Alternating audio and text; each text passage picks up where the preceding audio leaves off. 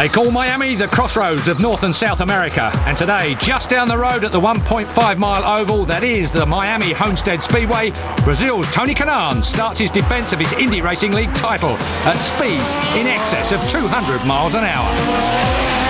But the opposition's tough, not only from fellow Brazilians like Helio Castroneves, but also from the best of North American talent like 2004 Indy 500 winner Buddy Rice and 2003 champion Sam Hornish.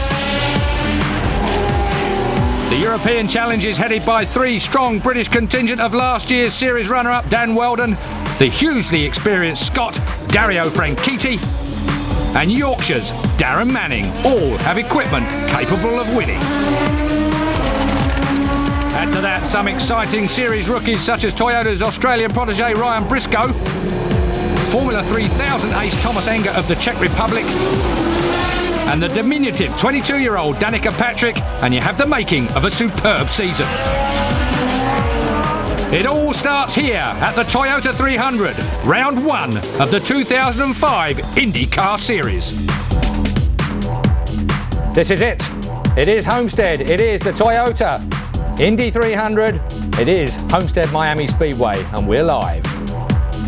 Hello and welcome to another year of IndyCar racing here on Sky Sports. We'll be bringing you all the races either live or on a same-day basis. The series has a new name though. This year, Indy Racing League has been consigned to the history books, and from this year on, 2005, it's to be called the IndyCar Series. Last year, you'll recall that the season, apart from the opening round at Homestead Miami, was dominated by Honda-powered cars.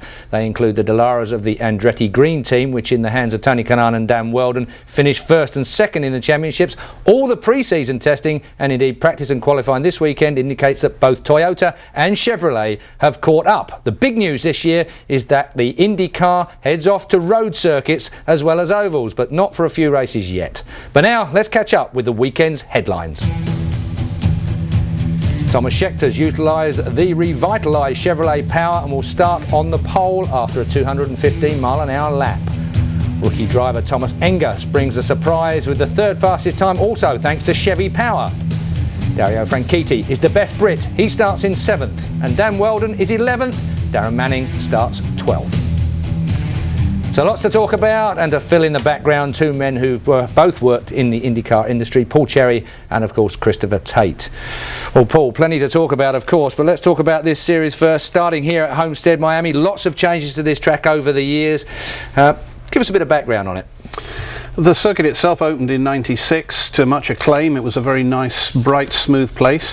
One of the disadvantages there, it's affected by wind. There's a lot of wind across that particular part of Florida.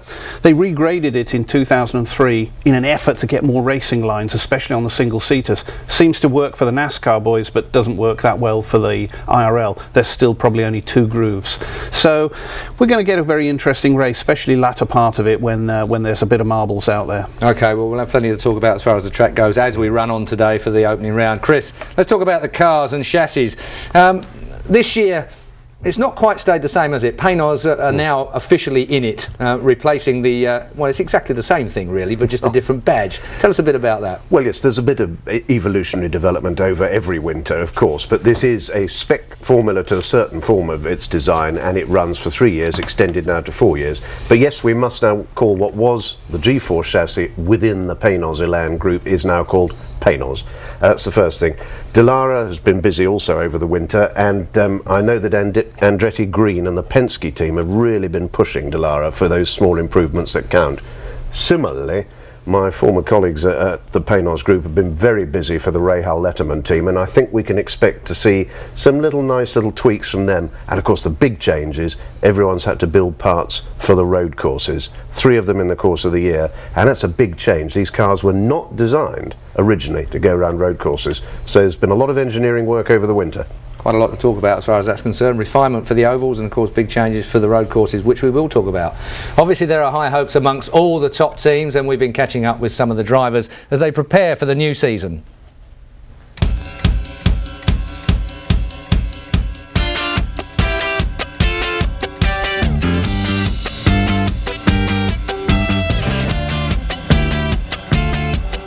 I'd like to improve on how many wins we had. I think there's a couple that we let get away, and now's at our own is within the team. We made mistakes, whether it was driver related or something.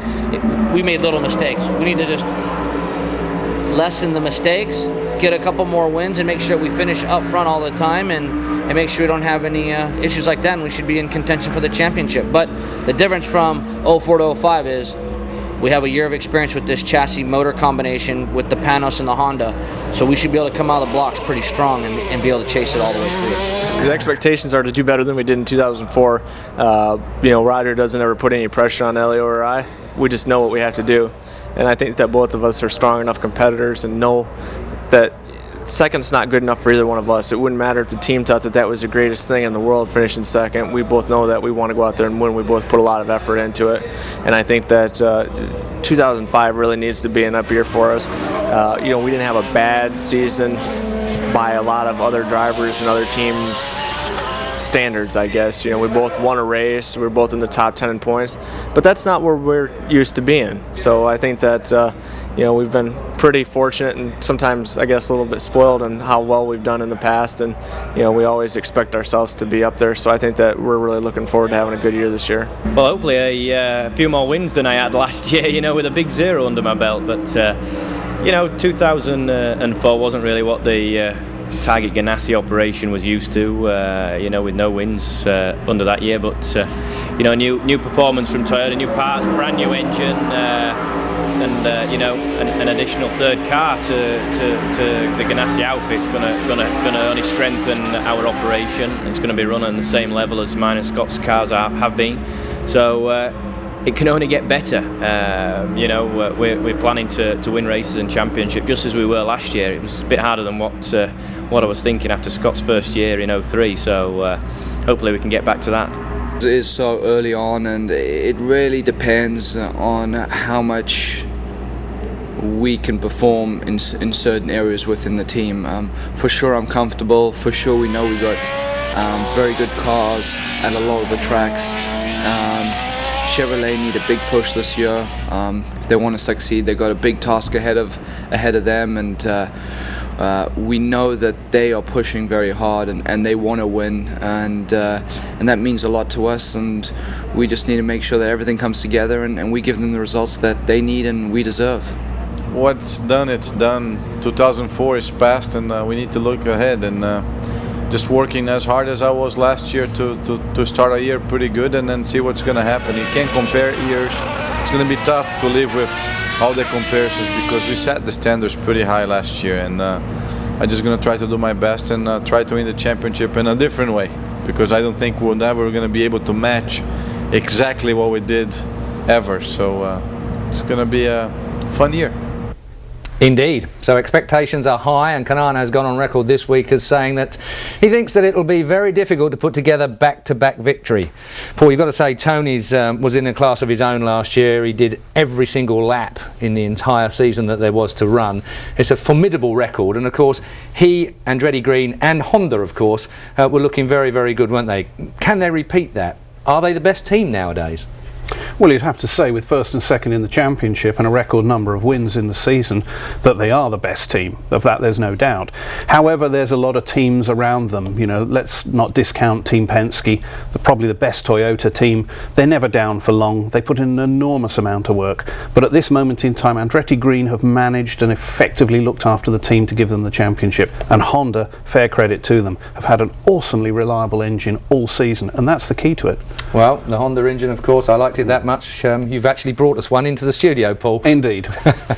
Courtesy of Honda, of course. So there it is. That is the power plant from one of the Indy cars, the new 3-litre plant, of course, replacing the 3.5-litre back in the Indy 500 last year. Now, Christopher, a slightly harder question as far as you're concerned, because rookies, yes. of course, although you've got to say that some of them we struggle to call rookies, but let's start with the one that's probably under a lot of pressure at the moment, to start with, because she's a girl, 22 years old, Danica Patrick. A lot of pressure on her. I do actually remember here, she's the best American place, as far as this from my memory, that out of the Formula Ford Festival that we've ever held here, which is a formidable festival of its type. Yes. And she was the best ever American driver, finishing second 4 or 5 years ago. Well, that's right. I think the most important thing about Danica is that she's much better than the cynics would have you believe. There is a disgraceful amount of machismo in motorsport. Indeed. The fact is, she's good. And the second fact is she's much better than Sarah Fisher, with all due deference. Sarah, brave girl, raced well in the Indy Racing League for a number of years, not around the last couple of years. Danica's better. Well, only the third girl I think that we've had in Indy racing as it is, and of course this is the 10th year of it as it is at the moment, and we can hear now from those rookies. Well, several newcomers to the series this year, so the battle for the best rookie should be an exciting side issue, of course. They include Patrick Carpentier, who switched from Champ Car, and Czech Thomas Enger of Formula 3000 fame. Up first, though, is Danica. It's exciting, it's nerve-wracking, but it's something that I've been striving for a very long time, since I was 10 years old. So this is my 14th year of racing, and I drive Indy cars now for a great team, Rahal Letterman. So I couldn't really ask to be in a better or different position than I am right now. It's a fantastic opportunity. It's not every day you get called upon by Chip Ganassi to race for him in a top series like the IndyCar series. You know, it might seem a bit strange since, you know, the past 8 years I've been living in Europe. All the racing I've done has sort of been directed towards Formula One, and you know, especially with the experience I've had with testing for Toyota in Formula One. You know, the deal that was sort of coming together with Jordan at the end of last year, all signs were pointing towards that. But when I got the opportunity to come over here and test for Chip when he was you know, creating this third car in his team, the deal just seemed like a smarter long-term move for my career. Still holding on to that, you know, great connection I've had for the past few years with Toyota, and you know, I think it's just great to be here. Yeah, we're excited. I mean, it's, you know, he's really in a Toyota driver training program, really, that was done out of Europe, and became available, and we snatched him immediately when he became available. Pretty excited, you know, at the first day at Homestead here, he was the quickest, and you know, I like him. We like a lot of energy around him. I'm pretty excited about him personally myself, yeah. Well, obviously last year that was some kind of first introduction myself to the series, and the series, the type of this racing, oval racing, to myself.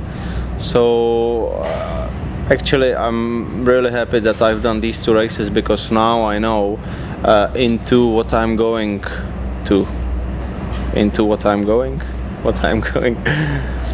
So I think it was quite important to get the first feeling, the first impression last year, and obviously build up my few experience over the winter for this year. So I hope because of this experience from these two races, I'm gonna be slightly better than if I'm a real newcomer.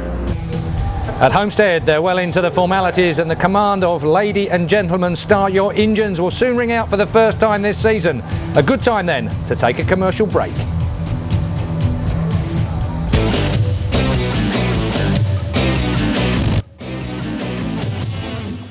This is round one of the 2005 IndyCar Series. We're at Homestead in Florida, so let's hand to our commentators now, Larry Rice and Gary Lee at trackside.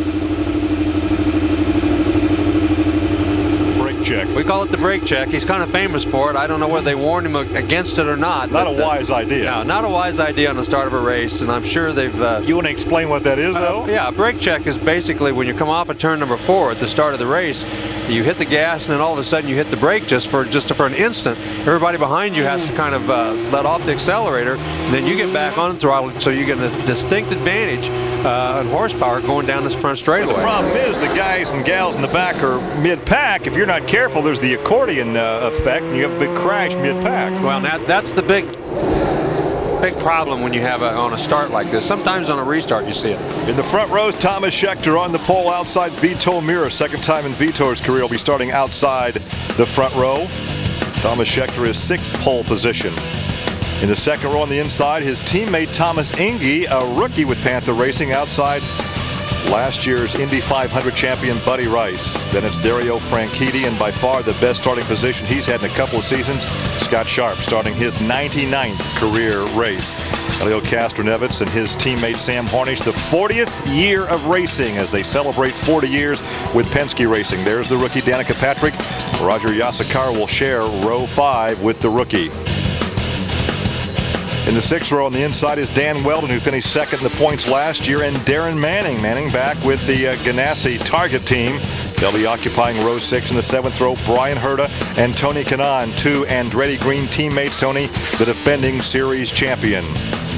In the 8th row on the inside, it's Katsuki Matsura, last year's Rookie of the Year, and Scott Dixon, the series champion 2 seasons ago. Then it's Alex Barron and A.J. Foyt. Barron for Cheever Racing, Foyt, of course, driving for his famous granddad, A.J. There's Patrick Carpentier, new to the series this season, and Eddie Carpenter in that new Vision Racing team. Paul Dana, who is a rookie, driving for Himmelgarn Racing, and Ryan Briscoe starting in row 11. We might mention that Ryan Briscoe did not get a qualifying time. He had a crash the morning of practice, and therefore he did not get to qualify. He had been running pretty well. Distance 200 laps, 483 kilometers. The pit window will be 55 to 59 laps. Sam Hornish has won 3 out of the last 4 races here, so he's always tough at this racetrack for whatever reason. And this racetrack's been in about 3 different configurations. I think he's won on all of them. It's 1.5 miles, 2.4 kilometers. The turns 198 meters, width 16.7 meters. Banking 20 degrees in the turn, so it's got a nice bank to it. When they put that bank in this racetrack, it made all the difference. 24 degrees Celsius, light winds in the forecast, mostly sunny skies. We should have one more lap before we turn them loose. Now, they tested down here in the winter. In fact, they tested on the oval as well as on the road course. As we go on board with one of our many onboard cameras, there's Thomas Scheckter from the pole. Yeah, it'd be interesting to ride along with him to see. I'm sure he's going to want to get out front. He's going to want to prove right away that he's going to have a good season. There's Brian Herta in car number 7. Herta starts back in the 13th position. And there is Sharp. And there is Manning. No, correction, that's Dixon. That's Dixon. And there's Kanaan. And there's Danica. And there's Carpentier. You think maybe the butterflies are in formation or flying out of formation in Danica's stomach right now? I think Danica Patrick is probably not going to charge to the front. She'll probably lose a few positions right off the bat, but as long as she stays out of trouble, that's her goal, and I think she'll watch do that. That green and white car to charge to the front. Watch Tony Kanaan from near mid-pack. As the green flag is out, the season is underway, and Thomas Scheckter takes the point. And you can see Kanaan is moving to the outside. We'll see if there he goes right away, trying to make a move towards the front. He does not want to stay in the back for very long. As they scramble for position down the back stretch for the first lap. And look at this. On the high side, Vito Mir is going for the lead to lead that first circuit. Boy, he didn't waste any time heading to the top of the racetrack, and it looks like he is going to lead that first lap. Vito Mira. Wow, he did a great job. He got the draft off of turn number 2. Now going through 1 and 2 again. He's fallen back, but still has a little bit of a run as they run side by side down the back straightaway. Well, he had the long way around, but he made it stick that first lap. But we could have a new leader this second lap. Here comes Thomas Scheckter, and Schecter's going to lead lap number 2. He certainly is. Mira got that draft off of him going through turn 1 and 2 down the back straightaway. And then once he got on the outside, just the sheer distance that is farther around out there caused him to fall back a little bit. Tony Kanaan has moved up to 9th already, so he's gained 5 spots in the first 2 laps. Rice rides in 3rd, battling with Hornish for that position. As up in front, it's still Scheckter and then Mira. And then it's Rice, Hornish, Franchitti, Castroneves, Sharp, and Kanaan. You can see that right now, Vito Mira is trying to just kind of testing things out, seeing what he can do in the draft, out of the draft, when he pulls out. So, that's Indy, and that's the other Chevrolet already in the pits. 3rd. And they're taking the cowling off the engine, so what had been so promising in qualifying turns ugly. Wow, that's too bad. That by lap 4. Yeah, that is not a good sign for the Chevrolet program that he's already in there. And it was the cowling they were taking off the back, so they were going to look at the engine. Look how low they are on the racetrack. That's Hornish down to the inside white line.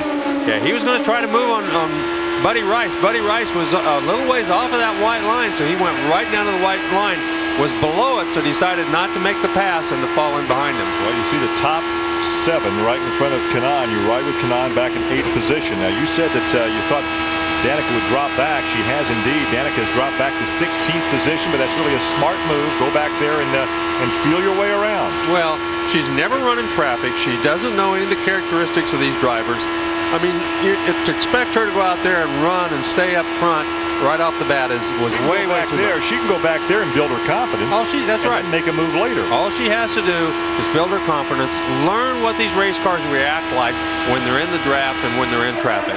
See all the movement on that steering wheel from Kanaan's vantage point. Now this racetrack has some bumps in it. You can see every once in a while, you can see a little some stuff fly where they rub bottom and throw some sparks. So Franchitti and his teammate Weldon running right together in 6th and 7th position.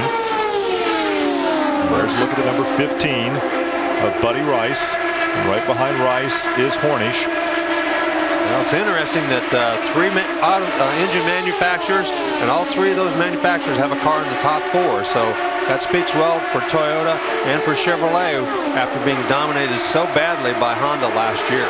Look how low they come off the corner, though, Larry, and down that front straightaway. They stay very, very low on the straightaway. The momentum does not mean nearly as much with these ground effects cars. In the old days, when you had no ground effects, you had to use the whole racetrack. You had to drift clear out to the wall on the outside.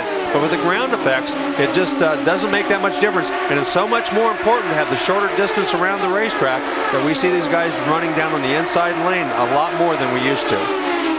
Once again, Franchitti on the inside, and that's his teammate Dan Weldon on the outside. Andretti Green teammates run side by side here on lap 10.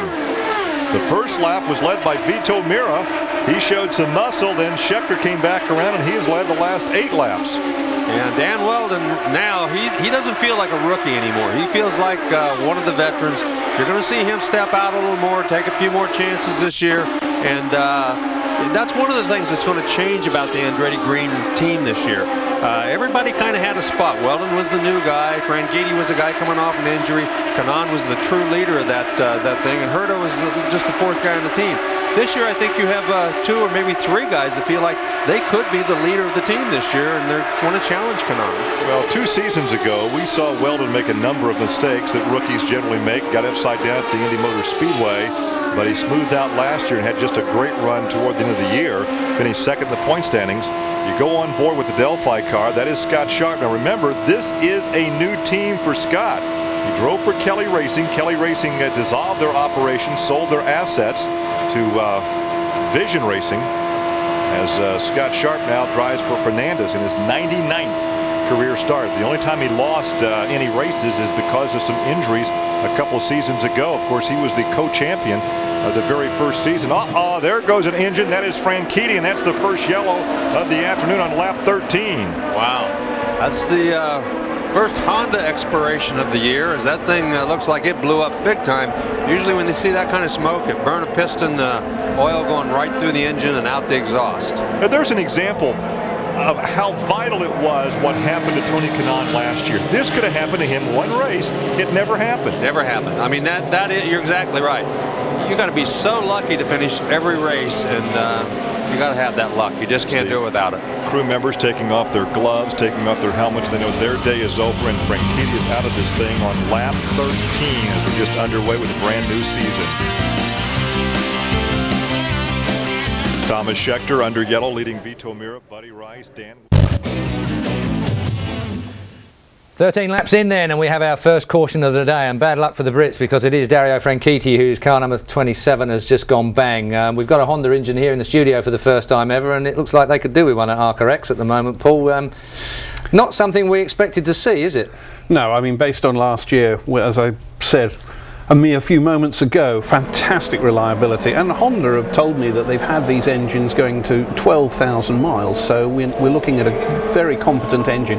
I think we're going to find this is a one-off, but all the same, it's very disappointing for Dario. He seems to always be the guy who picks up the bad luck. Indeed, he certainly does. Well, you can see that they were all coming out of pit lane, and that was because everyone took a pit stop while we took a break, and so Well, a quick chance to talk about different fueling system this time, Chris, as well. They've actually made an improvement on the fueling system for refueling. That's right, Keith. You may remember that last year, and indeed the year before, we saw a number of not very happy incidents in the pit lane in which the vent man, the guy on the outside, was being knocked over by rapidly departing cars from other teams. Now there's a new system. It's a double vent from the wall side, and so there's just one guy needed on it. Well, the other guy can now work the lollipop. Smoke, so you know what happened there. Something that usually ever happens with the Honda. You're usually really good with it, and it's just one of those things. Tony Stewart had this at Daytona a couple years back, went on to win the championship. So, I mean, we got our work cut out with this. We had a pretty good car, just doing our fuel deal and everything like that. But now we got our work cut out with this rest of the season. But the other guys will handle it today. No warning at all. Do you have any indication you were going to have a problem at all? No, she just went right away. All right, tough break. You see the long faces here in the Dario Franchitti pits. You notice how they always look for the bright side. This happened to Tony Stewart in the Daytona 500 a few years ago, and he won the championship, so we can still do it. Well, you hate to start a season out like that, but he's right. I mean, I can still remember when Tony Stewart pulled off the racetrack after about 4 or 5 laps, and thinking, man, what a miserable way to start the year, but certainly didn't turn out that way. Danica Patrick, after starting in 9th position, is back there in the 18th position right now, doing exactly what we had anticipated. I'm sure what Bobby Rahal has told her to do. It's interesting, Team Green, they had 2 cars that they brought in and 2 cars that they left out. Herta and Weldon stayed on the racetrack during that yellow flag. There is Bobby Rahal, who owns the car that Danica Patrick and Bryce and Mira run. And of course, former Indy 500 winner himself. Teams with David Letterman, the late-night television talk show host, who grew up in Indianapolis and loves the Indy 500. So still under yellow as we complete the 17th circuit. All the drivers had a chance if they wanted to make their stop. However, Brian Herta, Dan Weldon, and Alex Barron chose to stay out, as did Paul Dana.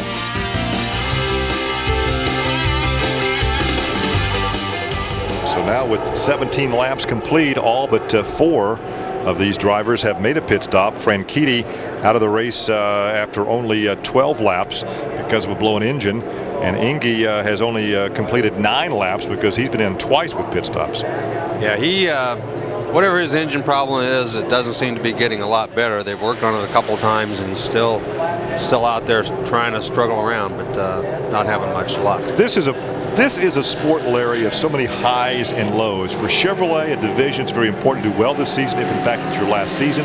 Start out with 1st and 3rd qualifying positions. You've got to be on a high, and within 9 laps of the race, you've got a guy off the track with engine problems. Yeah, and you have Thomas Scheckter, who's leading the race quite comfortably, goes in and makes a pit stop and comes out running in 8th place.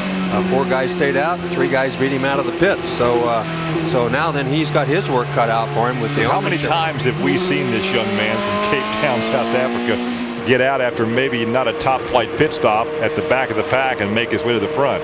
Well, let's admit, he and Sam Hornish are 2 of the best when it comes to running in traffic and taking some chances, no question about that. Off the 4-degree banking on the backstretch, onto the 20-degree banking here in turn 3 as you ride with Brian Herta, who leads this thing under yellow over his teammate Dan Weldon, Barron, Dana, and Dixon, top 5 on this restart.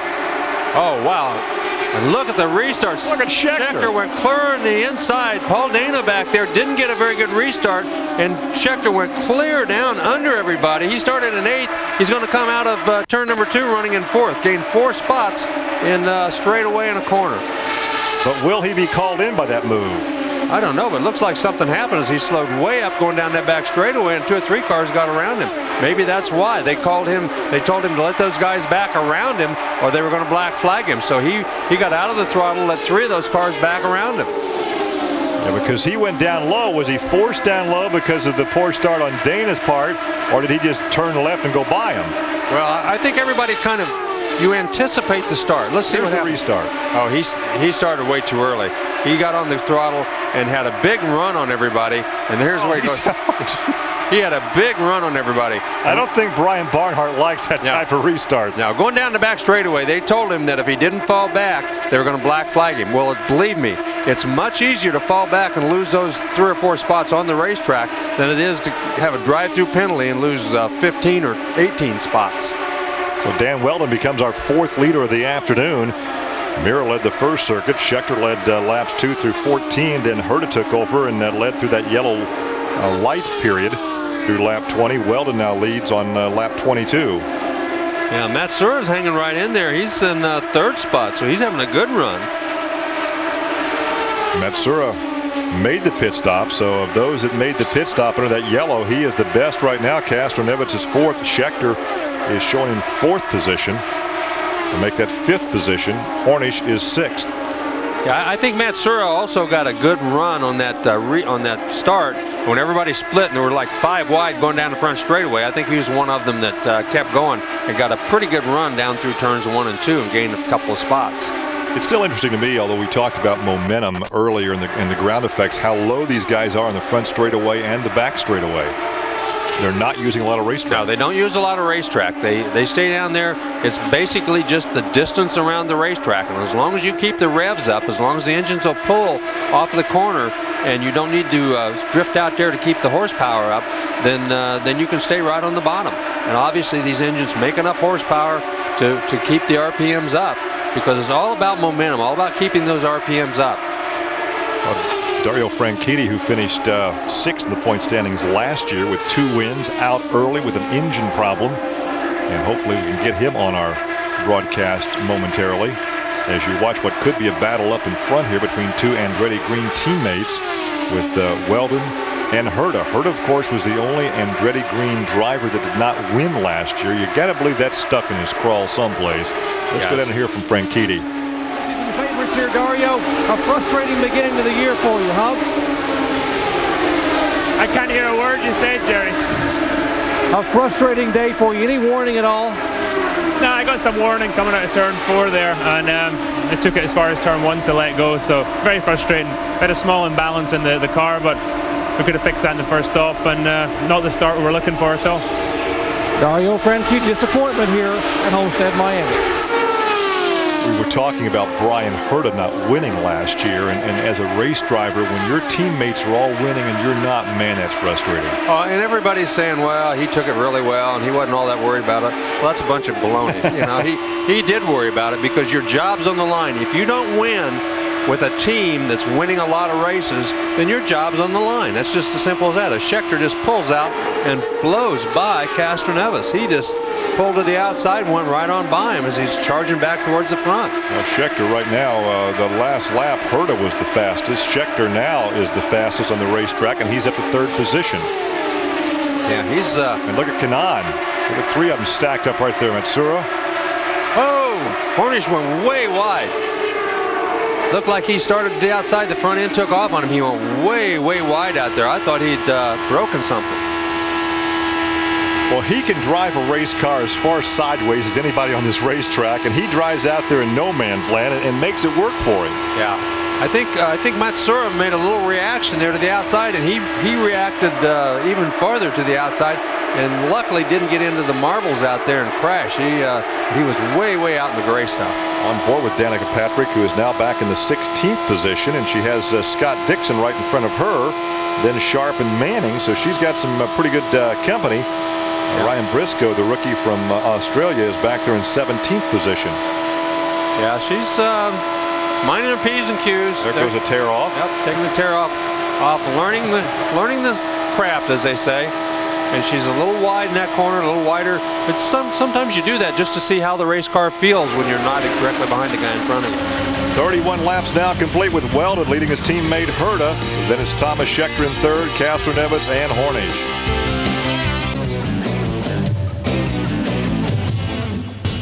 You're back with us in the studio, and we've just gone under a 2nd caution flag from Miami. Homestead at the moment really is debris all over the track, and we can show you, I think, some of that right now. Well, that's looks like a mirror to me, and well, we've had a bit of a guess here. Penske or Ganassi cars might be missing one particular mirror. Whose it will be, we don't know yet, but that's the reason why we're under our 2nd yellow, because of course they've got to clear up the debris there. Well, we did see 1 or 2 of them getting a bit close to each other. Paul, any guesses? No, I think that's just it's there with the stem, and they're fairly mounted to the bodywork. I think it's just fallen off. I mean, it doesn't look like anybody's hit. If you've lost your mirror, you'd probably lose most of the side of the car, and we don't see any of that. I did just count 2 Penske's going by, and And we've got Dan Weldon here coming into the pits. He's either coming in for a splash up here, or it was his mirror. No, everybody's coming in. Dan Weldon, of course, leading at the moment from Brian Herter. So Danny Weldon finding himself in a prime position as we look if we to the look car. there on the right hand side there, Elio's lost a mirror. Indeed. So Elio Castroneves it is that is mirrorless. Well, he's going to rely on his spotter just a fraction more now, isn't he? Oh dear. Who obviously missed the call in the pit lane. Chris Tate is out of his chair, almost on the bench here in the studio. So there you go, the winners and losers at pit exit. Gives you an idea of who's managed to gain a position or two and who's lost a position or two. Well, it does show, Keith, doesn't it, just how tense the exit from the pit lane always is, because we had two people nearly tangling to be joined by the third, and it is a problem, and that's why they had this fueling hose change. There are just too many people standing around in the pit lane working on the cars, but in danger of getting into trouble when they get hit. Look how close it is as everyone tries to come out of the pit. It was extremely close. The Penske going over the line there. Just having a look and see who's next up. Looks like Kanaan. Yes, it is. Oh, that's the one we were looking for.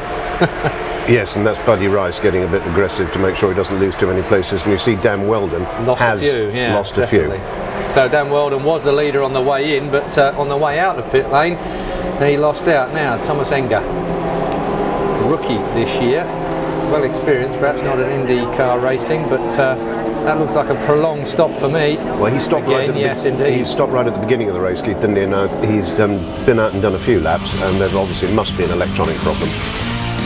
So then, this is how it looks at the moment. After 36 laps of 200, Patrick Carpentier from Ed Carpenter, from Paul Danner, from Elio Castroneves and Tony Kanaan. Tony Kanaan nicely creeping up the leaderboard now, because Kanaan only qualified down in 14th place, so the team moving him up in all these incidents.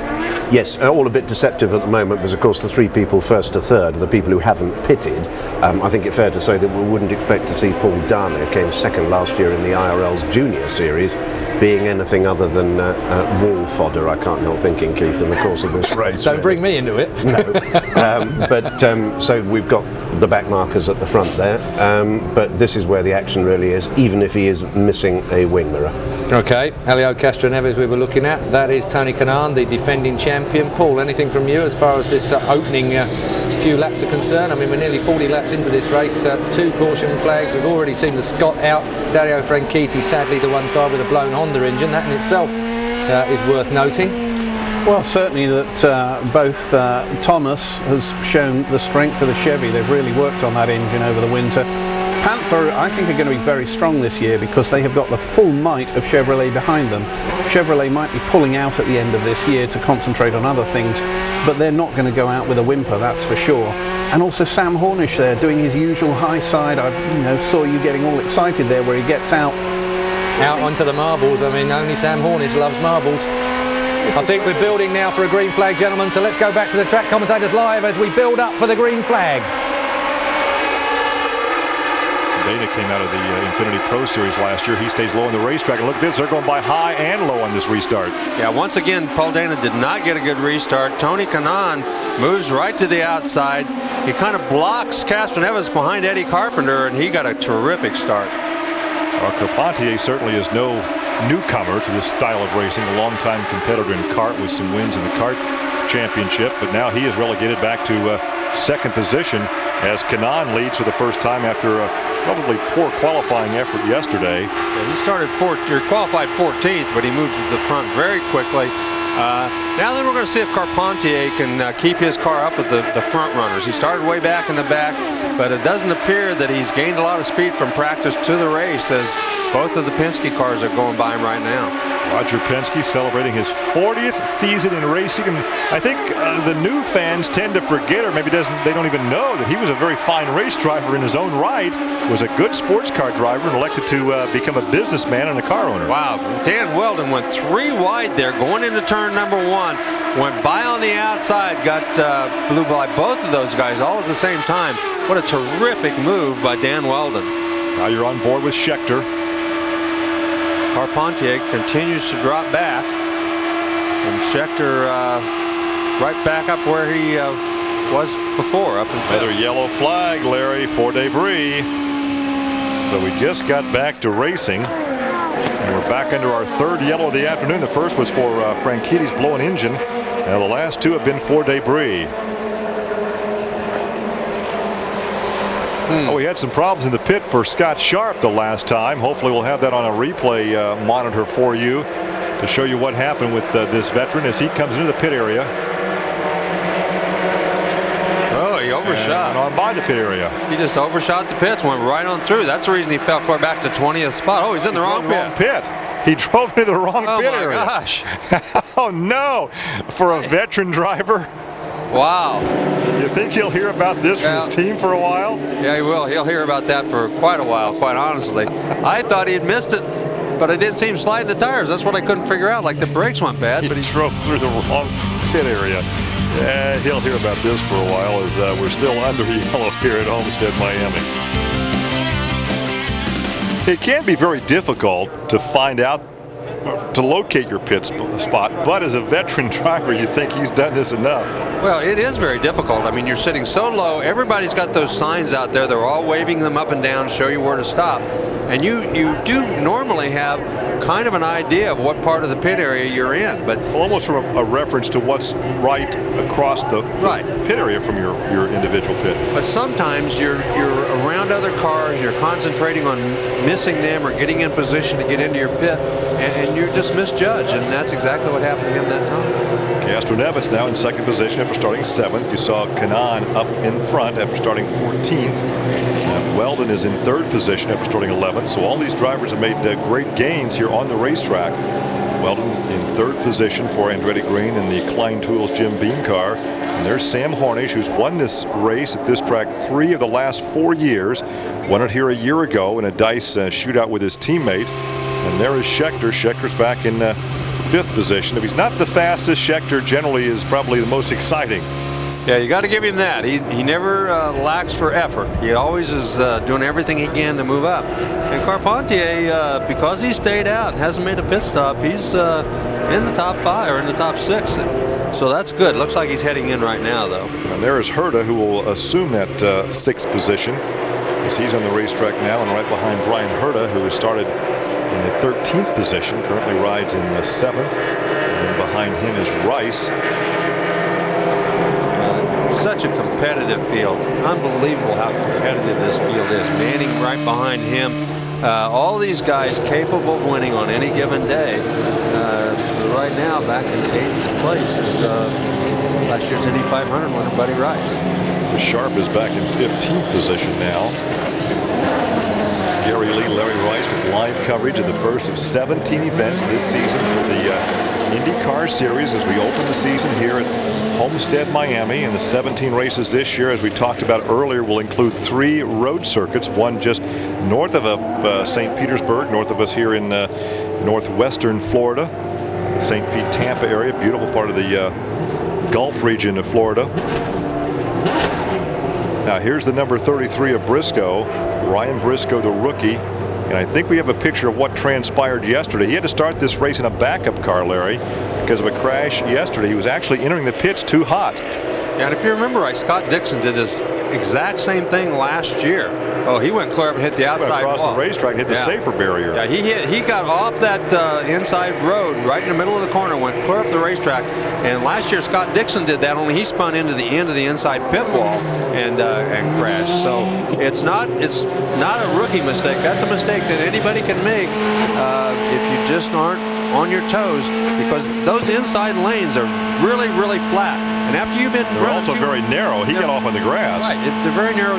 After you've been running 210, 220 mile an hour, it seems like you've slowed down enough until all of a sudden that thing jumps out from under you, and then all you realize, oh man, I made a big mistake. And as a rookie, you really feel stupid. Right. I'm sure for him it was, he's worked very hard to get to this position. He's done everything he needed to do to come to IndyCar racing, and has great hopes with this team. And I'm sure he'll make some noise, though. Oh, he'll make some noise. He's got a good future. He's a very, very good race car driver. No question about that. On the restart, you got him stacked up behind Kanaan. Here they are. Wow. Weldon moved to the outside. Look at that, 4 wide down the front straightaway. And now Castroneves going to the high side of Kanaan. And he gets a good run. The guy in second spot always has a little bit of an advantage because he can anticipate. He can try to get on the throttle, and that's what both Hornish and Castroneves did. They got on the throttle before Kanaan did. Kanaan has cones down there in the corner. He's not supposed to get on the throttle before he gets to those cones. Well, everybody else can anticipate and jump on the throttle. They can lay back just a bit and get on the throttle. Right, and all they have to do is get on the throttle just a half a second or a fraction of a second sooner, and they get a huge advantage. And here goes Weldon. He goes to the outside of Kanaan too, as it takes a couple of laps for him to get his momentum built up. So the 7th different leader of the afternoon. We're only on lap 48 as Castroneves leads for the first time today. Dan Weldon looks very strong right now as he's just moved to the outside, gone around Kanaan now, then he goes around Hornish. That's the battle for second position down the backstretch here on the 4-degree banking. You notice how Hornish just moved up the racetrack half a car length, make him go a little bit farther, make him go a little bit longer distance. He's not running down on that white line. He wants Weldon to go make the racetrack as long as he can for that guy. And Schechter looks to the high side of Kanaan. And Kanaan did the same thing. He moved up on Schechter. He moved way up the racetrack on Schechter. Schechter started to go to the outside of him. And there's a fine line between that and blocking. Right. It's usually not blocking when you're going through the corner like that. They usually get you for blocking down the straightaway. Once again, we're working on lap number 50. And it's still Weldon on the high side of Castroneves. That's the battle for the lead. Hornish rides in third. Then it's Kanaan, Schechter, Rice, and Herta. I'd say there's just absolutely not one thing that Hornish or Castroneves can do. When that guy can go on the outside of you and just blow around you like that, there's nothing you can do. Schechter's up to 4th. Kanaan drops to 5th. Well, Kanaan moved up the racetrack to kind of use up more racetrack that way, so Schechter just moved to the bottom and went on by him.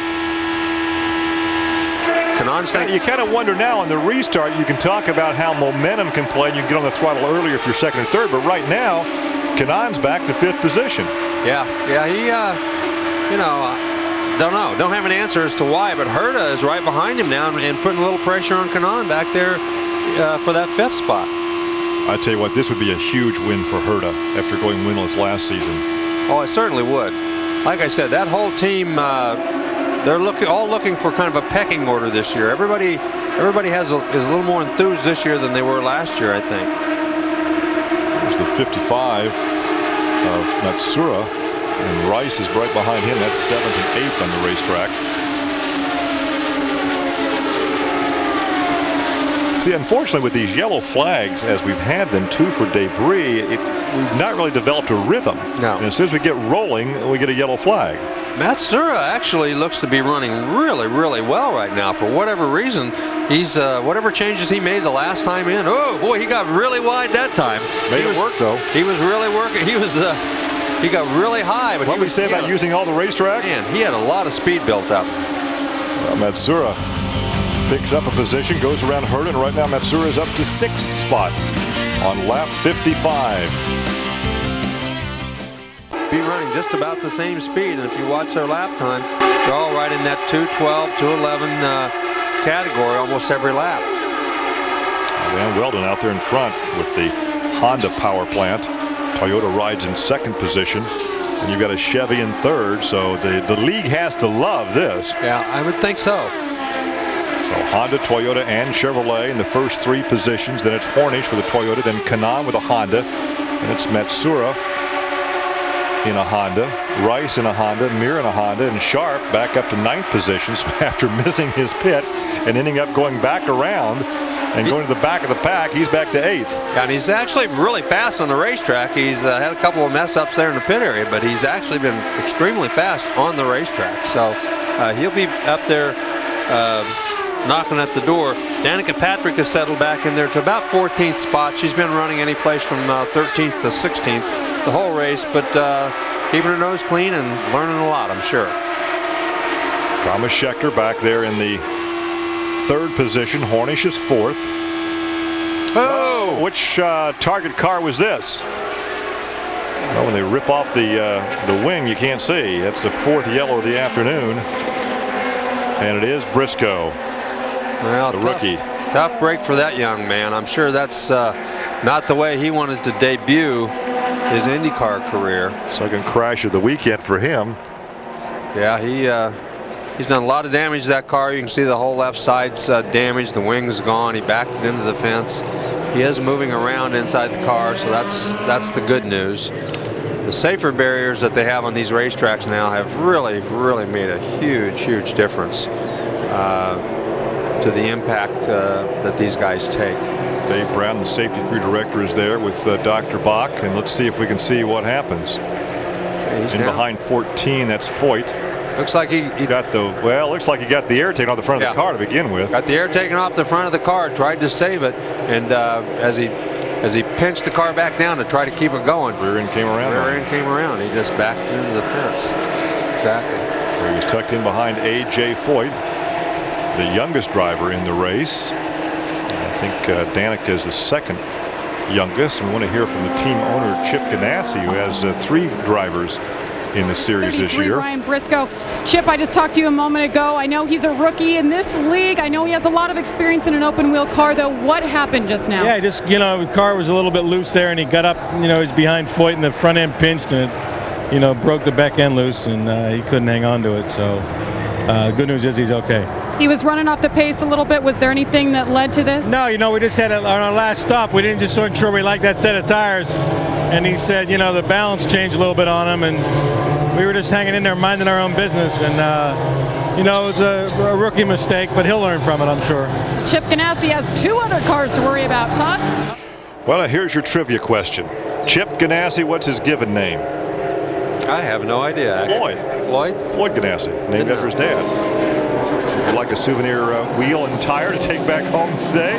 If they leave that at the racetrack, I guarantee somebody will have it. Somebody will have it in their car going home, or their pickup truck, or maybe an airplane luggage rack. Yeah. Now they'll load it up and take it and throw it in the garbage, I'm sure. Our 4th yellow of the afternoon. Franchitti brought out the yellow on lap 13 with a blown engine. We've had 2 for debris. Then this crash involving rookie Ryan Briscoe.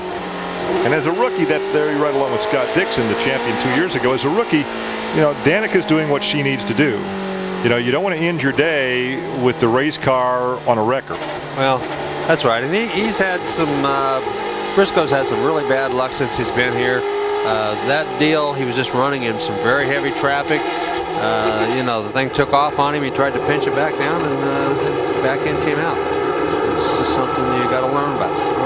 Well, let's see who comes in. Most of the field will be in. Who's going to stay out and assume the lead here, which would give us our 8th different leader of the afternoon. There's Buddy Rice. The Ray Hall Letterman team goes to work on Rice's car. You can see they're on and off with the tires and the fuel. They didn't need as much fuel, so they were ready to go as soon as the tires were on. Kanan is down and away. We saw her to go by. It looked like they had a little bit of trouble on that left front. He was in there a little bit longer than maybe he should have been. Well, tire got away from, is that the Delphi team? Yeah. They're having all kinds of excitement in the pit area. Not their day in the pit area, is it? Not their day at all. First of all, they didn't have a driver that could find the pit, and then they had an errant tire. Let's see who we're going to show as the leader now. You see Kanan's back there a bit, trying to scuff off the tires, and there is Scott Sharp. Yeah, they had some trouble in Kanan's pit. He did not have a quick pit stop. They had the fuel out, and they were waiting on. Looked like the left front guy had a little trouble getting the nut back on and tightened down. So that happens once in a while. These guys practice this a lot, though. I mean, they practice. They do physical. The pit guys do physical training as well as the drivers. They have trainers. They train so that they can manhandle those big heavy tires and wheels with one hand, get them on and off. I know especially Panther, they have their own in-house trainer. They have their own training facility. Yeah, they have their own training facility. And their own staff trainer. Right, and they have to be there every morning and go through that. We go out there and work out a couple times a week, don't we? Right.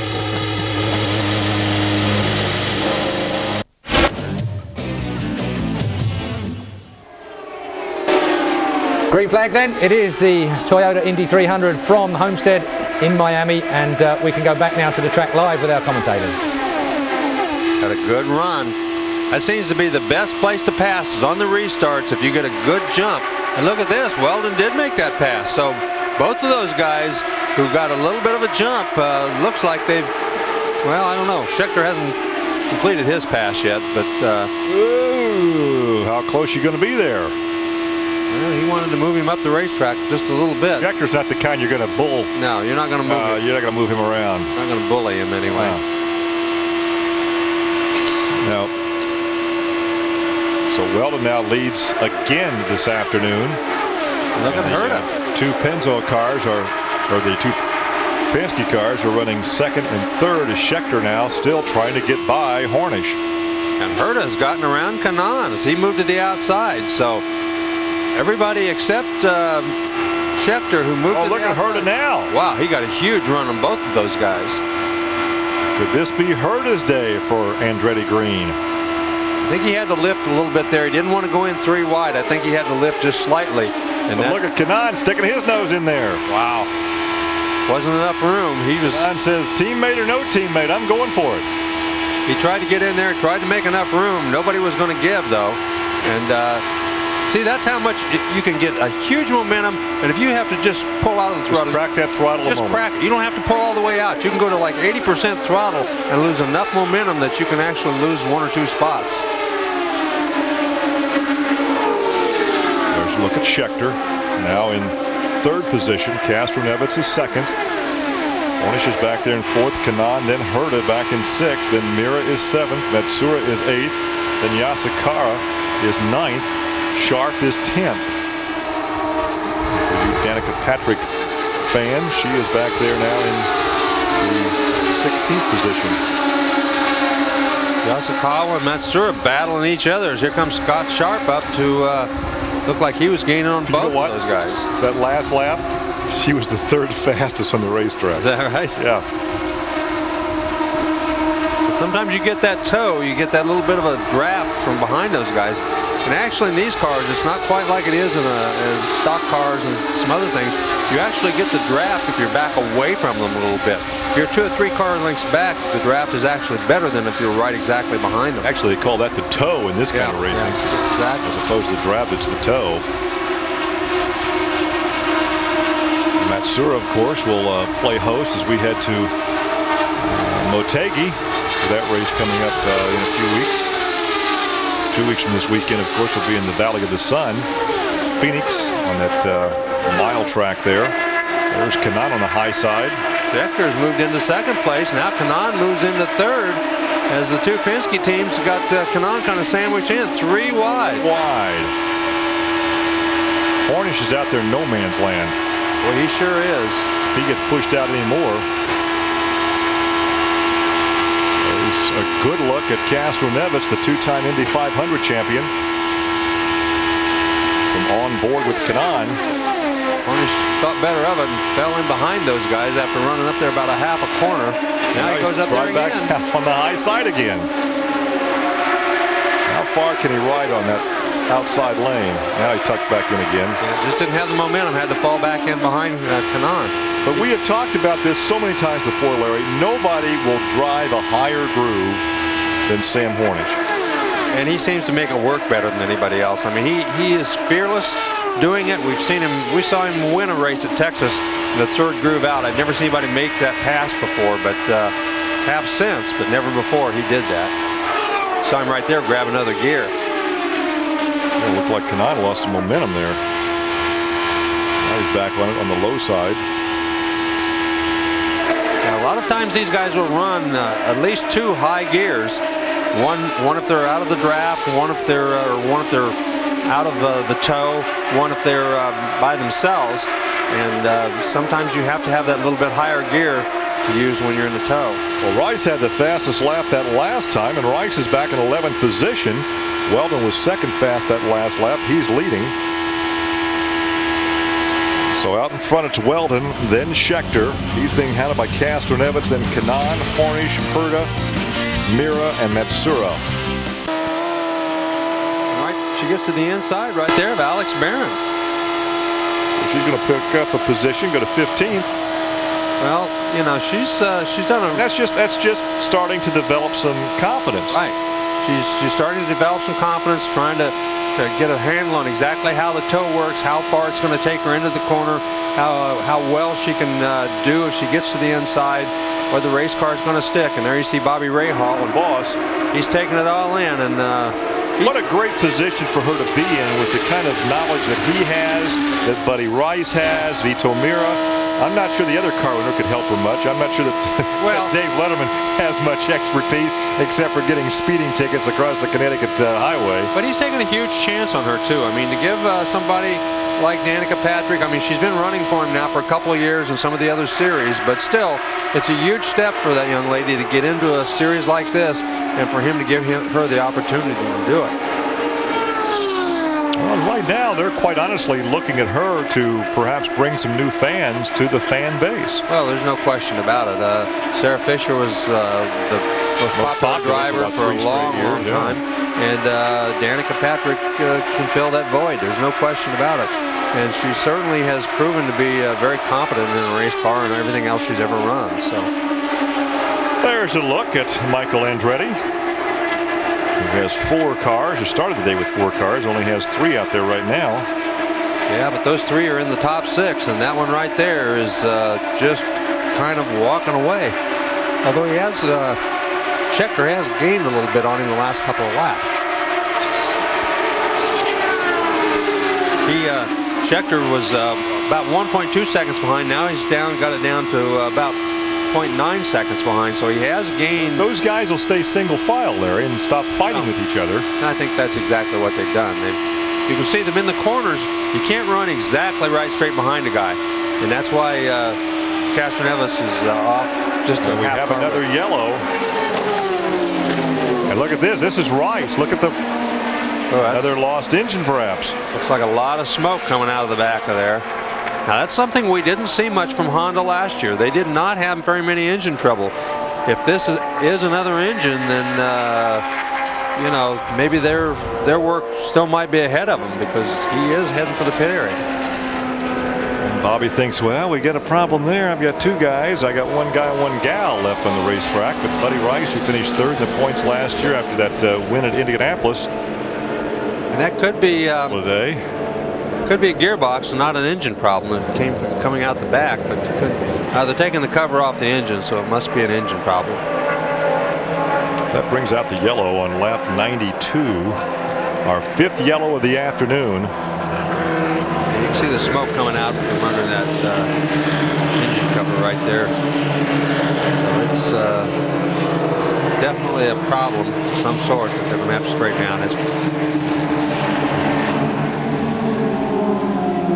probably not going to be something they can fix here today. We're going to take a look at some video, Larry, off the camera of Scott Sharp. Maybe some oil coming out of the back of this number 15 machine and hitting Scott on the visor. This is our 5th yellow of the afternoon. We had 9 yellows a few years ago here at Homestead. Now watch this. Oh yeah. Yeah, I'd say he's losing some. Well, you can see it. If you look up there, you can see it actually leaking out the back of the car. He's putting stuff on the racetrack. Scott's trying to go someplace where the oil isn't. Right, he's trying to get moisture or whatever's out there. Yeah, he's definitely not one to follow through the corner right behind that mess, because it was going to be slick. We had 9 caution periods back in 2002. We're working on our 5th of the afternoon, so everybody will make a pit stop. Scheckter pits clear down towards the turn 4, so he's the first to make this pit. I don't think we've had a green period pit stop yet, have we, Larry? They've all been under yellow. All been under yellow. Just look at Dan Weldon. Like routine, and who's going to get out first? Weldon's going to maintain his lead. Yeah, he got in and out very quickly. And the Penske cars, then Scheckter. It looked like a good stop for Vito Mira that may have picked up a couple of positions on that pit stop. Mira did advance at least 1 position. There is Weldon. Scheckter lost a couple of spots. Schecter's in 4th, then Mira is in 5th, then Kanaan will be 6th. Both Penske cars got around Scheckter on that pit stop. So, you know, pretty good pit stops for everybody, though. There was no real miscues anywhere of any major consequence. Well, so in and out and still in the lead is Dan Weldon. Catherine Evans in the restart will be second. Then Hornish, Kanan, Herta, Mira, and Sharp.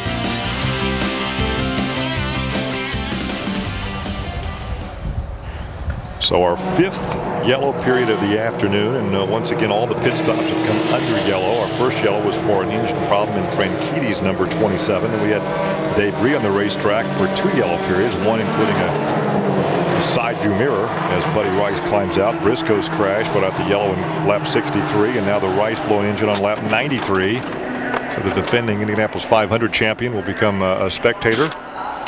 Yeah. To watch his teammates Vito Mira and Danica Patrick.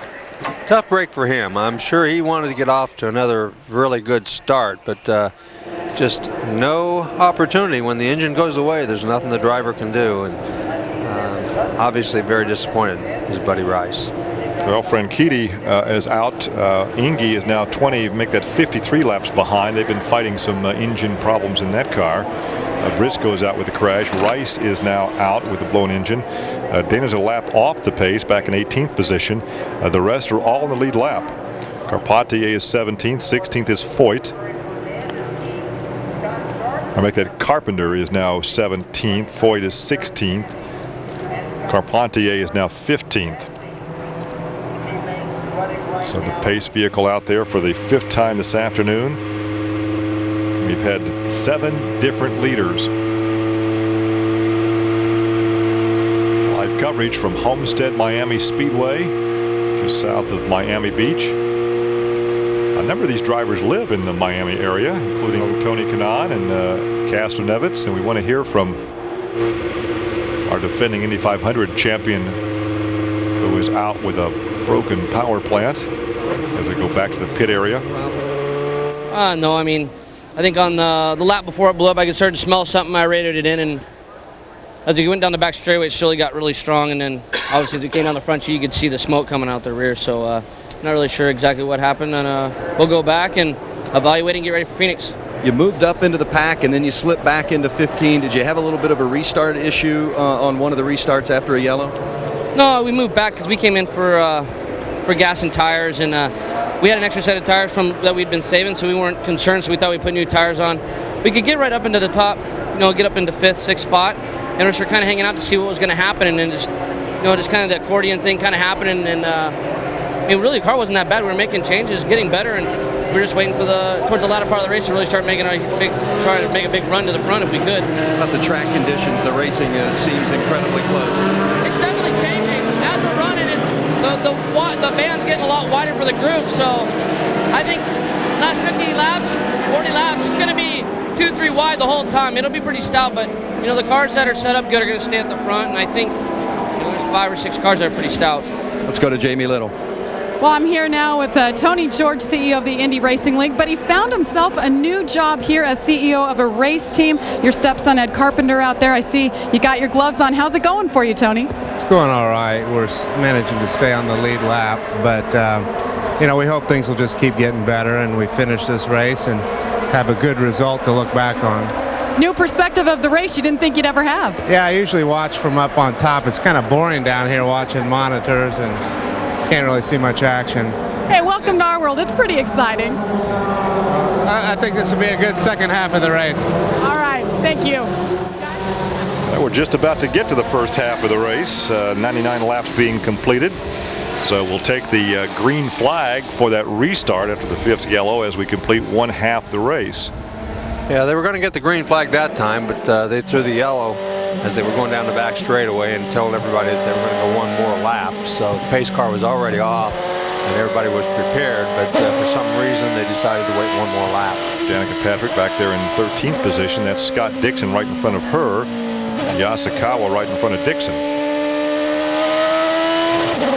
Well, restarts are pretty important in these things, and you can see these guys back here already on the throttle. There's a look at Carpenter, the number 20 car, the Vision entry. And right away, Castroneves goes to the high side, challenges for the lead. He didn't waste any time. Oh, they almost got together in turn 1. And here comes his teammate. Wow.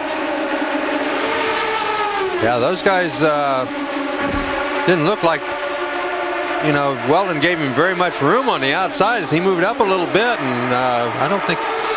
Now, is Kanaan going to make it 3 wide? You betcha. You're right. Put Schechter in the middle. He says, no, I think I'll pull back down a little bit here. Going into the corner. See that gray stuff on the outside of Schechter? You don't want to be there. Because if you get the gray, you're going to get the wall. That's right. You got to have enough room. If they hug right down to the inside, you can probably do it. If the first 2 cars do, but if they get any space between them at all, there's just not enough room out there to make it 3 wide. Schechter again tries the high side of Kanaan. This is the battle. Well, Kanaan got around him. Kanaan got around him on the inside. Sure did. Schechter moved up the racetrack, and Kanaan just went to the inside and blew on by. Schechter again, and Schechter likes the outside too. He's another one of those guys. It looked like Kanaan must have lifted just slightly because, boy, Schechter just blew right on by him that time. Well, look at him shift. Watch the right hand on Tony Kanaan. Yeah, if we stay with this shot, let's see when he takes that hand off. Yep, we didn't stay with it. You can see him shift, though. He definitely shifted the last time through. And look at this, Scott Sharp.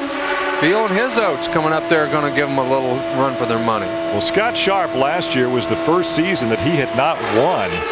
He was the co-champion of this division back in '96. Had 8 wins, but last year was winless and really was almost non-competitive all season. Wow. Kanaan's having some sort of trouble right in the middle of the corner. He gets in the corner, and it looks like he has to get out of the throttle almost every time, right smack in the middle of the corner. And that time Sharp gained on him a lot. Now this corner he didn't have it. Whatever happened down in 1 and 2 didn't happen there in 3 and 4. Despite being the oldest driver in the league with now this is his 99 start, Scott really is auditioning for a ride for next season because this sponsorship that he carried over from Kelly Racing was his sponsorship, Delphi. The contract and sponsorship expires at the end of this season.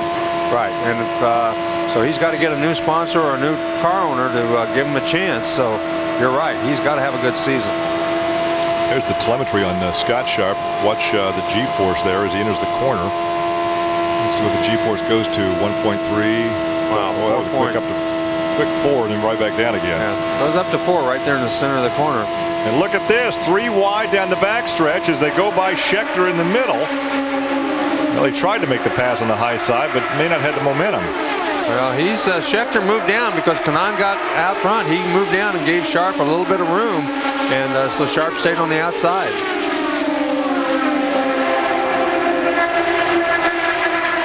Right now, Herta is making a run. He's coming up. He looked like he was going to get to the inside of Sharp. It's Herta in the yellow and black car. Right in front of Herta is Scott Sharp, then it's Schechter, then it's Kanaan, and there goes Herta again, looks to the high side.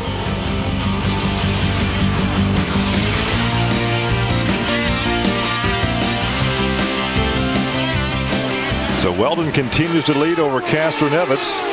There's a look at Dan Weldon. He's led a couple times here this afternoon. Castro-Neves rides in second position. And there's a look at Matsuura.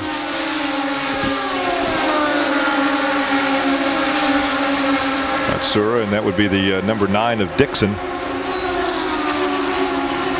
So Matsuura having a good ride here this afternoon.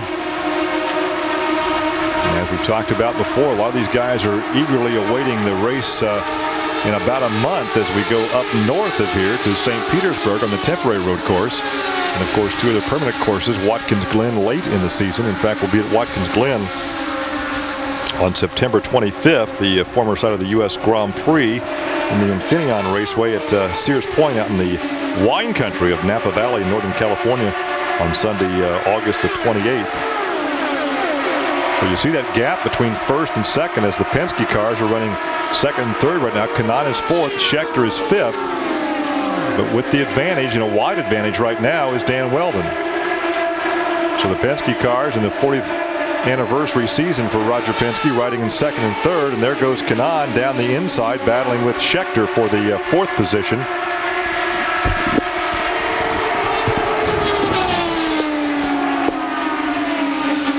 Weldon has led 3 times this afternoon, led back on lap 21 through lap 34, then was back on top again by lap 55, and after a pit stop, back on top after lap 71. made a pit stop and maintained the top spot. Well, the Hondas still seem to be the dominant engine. I don't think there's a question about that. But the Toyotas and the Chevrolets have impressed me, especially the Chevrolet. Thomas Schechter Chevrolet has been in the hunt fast all day long. And, of course, the Toyotas of Penske with Cash Nevis and Hornish are running second, third. And they have been extremely fast all day long, too.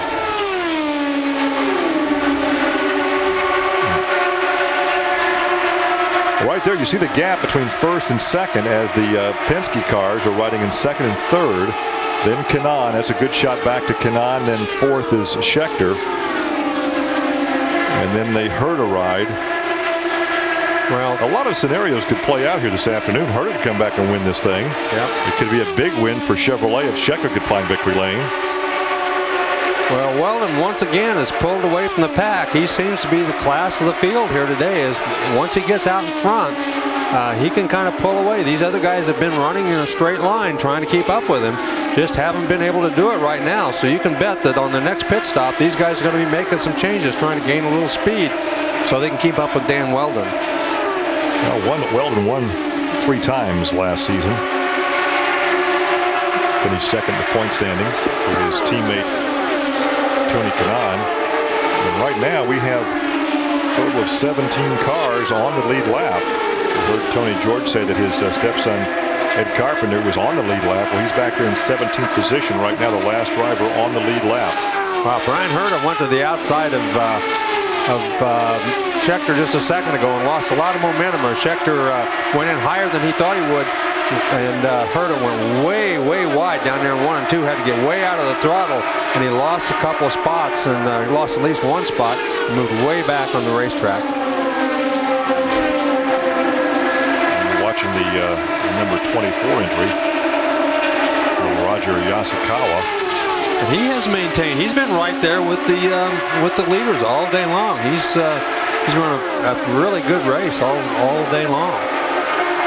With the total of 5 yellows, it's allowed most of these guys to stay on the lead lap. That's true, but I mean, still, even though he's, Well, he's in mid-pack right now. I'm not saying. No, that's right. He's with the lead pack on the lead lap. Even though they had some yellows, to stay with those lead pack, to be running in the same group with those guys, you're running pretty doggone good. 118 laps now complete. On board with the number 9. Scott Dixon again having a very disappointing day. I'm sure this is not what he expected coming out of the box this year. The Target team really had some high hopes, and I would have to say he had a miserable season last year. They thought they had gained a lot of ground this winter, but both he and his Manning and Briscoe, all three of them, none of them have run very well. They've had a very, very disappointing weekend down here. They did not qualify well. They did not practice well. And I think of all the teams here, probably those 3 guys and maybe the Red Bull team of Eddie Cheever, they have to be disappointed too, because they did not practice or run well all day either.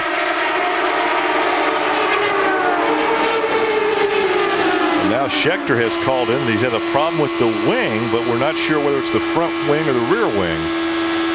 Well, I don't see any problems with the front wing. It appears to be pretty good shape, and it's not loose. It's not jumping.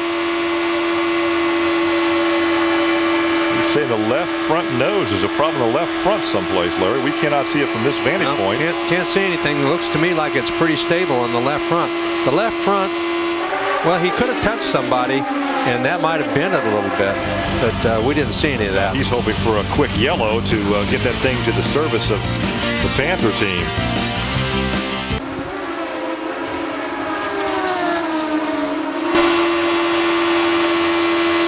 Very, very quick. He's much quicker than anybody else on the racetrack right now, no question. And he's running out by himself. I mean, some of these guys are running faster laps, but they're all getting a little bit of a tow. He's right out there in front, and he's just right now walking away. Looks like Schechter got a little momentum there. He's going to try to get back around Kanaan. Trying to see if that wing were tipped down just a bit, if he'd actually made contact with somebody. We had a straight-on shot there, but I really couldn't tell. And from that onboard shot, you can tell. Yeah. Look at it right there. I can't see anything wrong with it, but that doesn't mean there's not something wrong with it.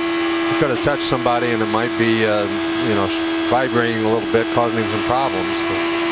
Well, right now, Weldon has increased his lead to over 2 seconds. Castroneves is second, Hornish third, then Kanaan, Scheckter, Yasukawa. Great ride for Roger. Then Herta is seventh, then it's Sharp and Mira. Last lap, Matsura back in 10th position was the fastest on the track. Now they just completed this lap, and now Weldon is the quickest. Scheckter kind of muscled his way in under Hornish going into the corner right there. He got around Kanaan, had a big run, and got under Hornish. I wasn't sure Hornish was going to give him enough room, but eventually he did. So nice run by. Well, if Scheckter has a problem with that wing, it's not affecting his performance right now. No, it certainly isn't. Roger Yasukawa really showing some oats here as he's moved up, and he's right behind Kanaan right now. This is by far the best we've seen him run. And look at Scheckter to the high side. This is for second position. Wow, got a nice run. Those guys just running. Well, I can't imagine he thinks there's something wrong with that wing to have this kind of confidence to go to the high side of somebody and go around him. Well, you just, it's so close. It just, there he shifts the gears right in the middle of the corner. He's, Castroneves is not happy. He's saying, why don't you come over for dinner, a little barbecue? We'll put some shrimp on the barbie when this race is over. He was not happy. Whatever Scheckter has done, it didn't make him at all happy, and I'm not sure why. Now they're coming up on some lap traffic. That's Carpenter, 3 wide. That's Carpenter, Eddie Carpenter on the high side. I'm going to tell you, that takes a little bit of nerve, boys. To stick in there and hope that guy sees you and moves over, you got to have... well, you hope your spotter's on... Yeah. You hope ball, and you hope his spotter's I was going to say, you hope his spotter's on the ball. That's the one you're worried about. 133 laps now complete. The battle right now is for second place between the Penske cars and that number 4 of Thomas Scheckter, because way out in front stand Weldon. Weldon now has increased his lead, Larry, to 2.6 seconds. While all this racing is going on behind him, he's checking out. Yeah, and Castroneves finally gave up. He says, I'm not going to battle you guys anymore. I think I'll just stay down here and I'll drop back to 4th to let you and Hornish go by, and then I'll battle you the next time we're going to the pits. Well, he's a couple of years older, so he's letting those young guns go for a while, showing some maturity. I guess. Well, Herta, he's not backing off either. He went after Kanaan right there. Went to the outside, didn't make it work, but look at Kanaan. You can see that thing getting a little twitchy on him out there. The back end just a little bit loose. Just a little twitchy. Yeah, it was pretty loose when he got up there. He didn't like that, I can tell you. 135 laps complete, working on lap 136. And that is the number 24 of Yasukawa right in front of Kanaan. That's the battle for 5th position. Battle for 5th on lap 137. That is Yasukawa, and then the blue and red number 24. And you're riding along with Kanaan down to the inside into turn 1, and he makes the pass for that 5th position. Yeah, I'm not sure why Yasukawa stayed to the outside, but he must like it up there, because he didn't even attempt to move down to that inside groove. Once he got around Kanaan, he ran that outside groove, gave the whole bottom of the racetrack to Kanaan, and Kanaan took advantage of it. Well, now we have 16 make that 15 cars on the lead lap. Carpentier is now in 15th position. The last driver on the lead lap. The lead right now is 2.3 seconds. Weldon over Scheckter. Hornish is 3rd. Castroneves is 4th. Then Kanaan. Then Yasukawa. Then Herta, Sharp, Matsura, and Vito Mira rounds out the top 10. Danica Patrick has gotten by Dixon and Manning. She rides in 11th position, so she's getting racy back there. She's having a great race. I don't think anybody is disappointed from what she's done so far in this event. She's kept her nose clean. She's passed some pretty good race cars. She's taken advantage of the things that were given to her, and she hasn't made any big mistakes. That's the key. She has not made a mistake yet. She was really a find when she was just racing go-karts. Lynn St. James became aware of Danica Patrick's exploits in karts out of Roscoe, Illinois, and really has helped her to open some doors and kind of be a trailblazer, which is what Lynn really wants to do for the female drivers. Yeah, and she's helped a lot of female drivers throughout the years, and this is another example of somebody that she's helped a great deal.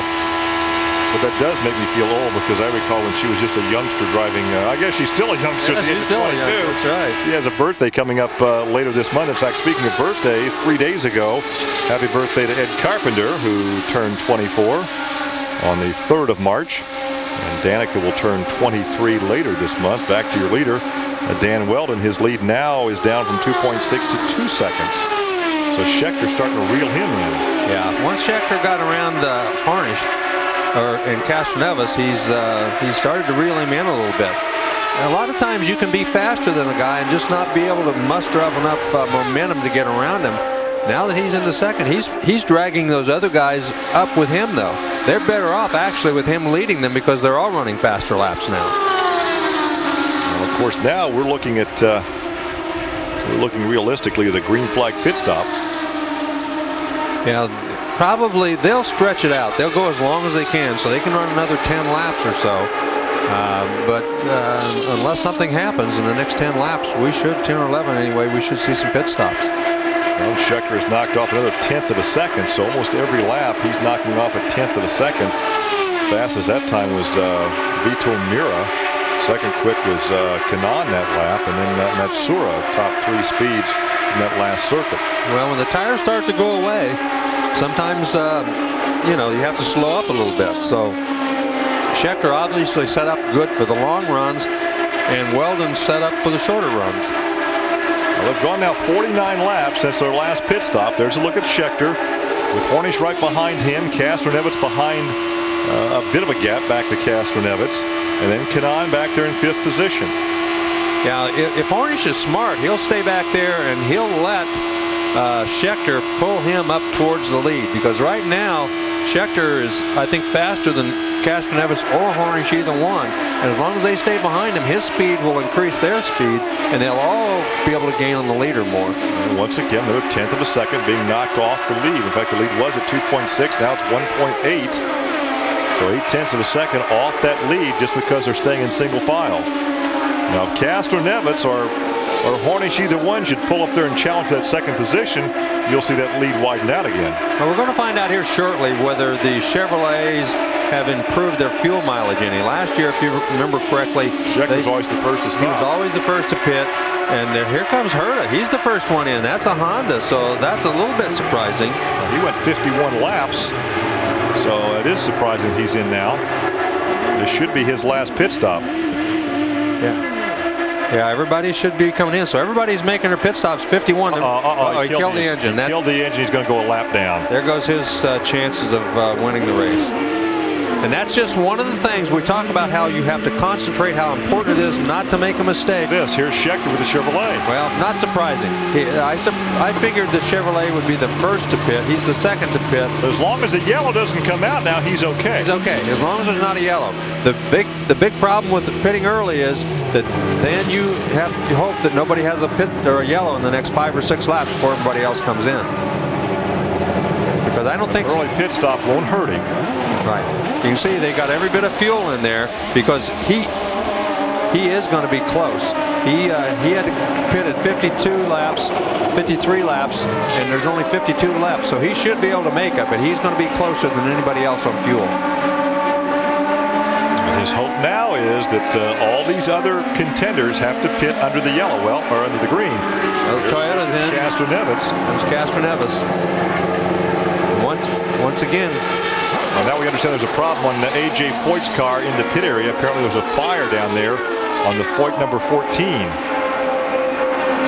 The youngster from Hockley, Texas, the grandson of the legendary A.J. Foyt. And you take a look at Castroneves, so that will put Hornish up in front. Well, if that's a bad fire, they will have to put out the yellow flag. Evidently, it's not real bad because the yellow hasn't come out yet. Weldon is in, so he's making his green flag pit stop. But just about everybody has been in. That was a good pit stop for Weldon. The 8th different leader now with Hornish out in front. He has not led this afternoon. Yasukawa had a good pit stop. Looks like everybody so far has had a pretty decent pit stop. Hornish is in, and now Kanan is in. We'll see if... There's Hornish, who won this event last year. In fact, won 3 of the last 4 events here. Ooh, that was close. He almost clipped that tire, but you can see they've got to wait and get all that fuel in because there is no more yellows. There's the fire. Wow, grass is on fire. They have to go to a yellow here. Wow. I'm not sure what prompted that. That's not the fire from Foyt's car. No, that's clear around as they're coming in the pits. So, we had a yellow in the past for a field fire. Fast fire. I don't know. I remember a couple of years ago they set off some fireworks at the beginning of the race at Pikes Peak, and it set the interstate on fire out behind the racetrack.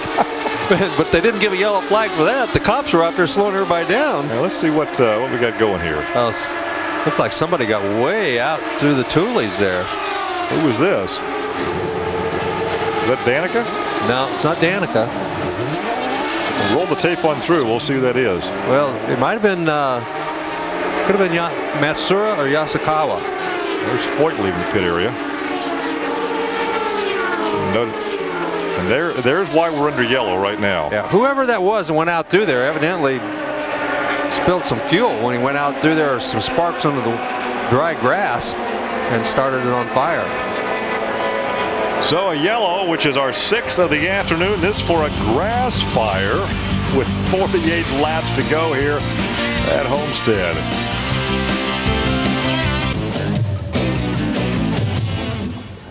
Yes, it's our 6th caution period of the day then from Homestead in Miami. Still with us here are Paul Cherry and Christopher Tate. Paul, we have a fire by the side of the track there. Katsuki Matsura, I think it was, that has had the blame for it now, but it's given us a bit of a chance to take stock of what's been going on today. It's certainly been an eventful day. First of all, I've got to come to the Honda question. We've had 2 Hondas that are broken down, which is an unusual situation. Care to comment on that? It's a difficult one, I know, from this distance. The one in the studio is running superbly, so I'm happy with that. I think it's just a case of bad luck. I mean, we got so used last year to seeing them just go and go and go and go. What you have to remember is there's a lot of development gone on over the winter. These engines are producing more power yet again. They're being asked to do it with less fuel.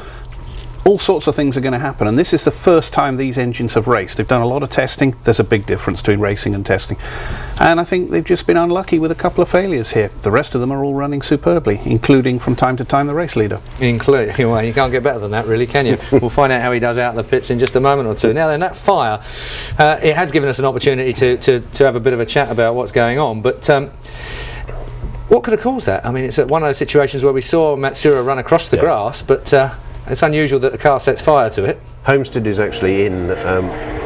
Although we're going to see. We are going to see it. We are going to see it. There you go. So he's running across the grass, and there's just a little bit of a spark and a bump as he does so, and that's combined with a bit of fuel or whatever it is he drops out of the back does set that off. It's been very dry in Miami. Normally at this time of year it rains a lot. Normally the infield at Homestead, Keith, is completely soggy because the area is built pretty much on a swamp.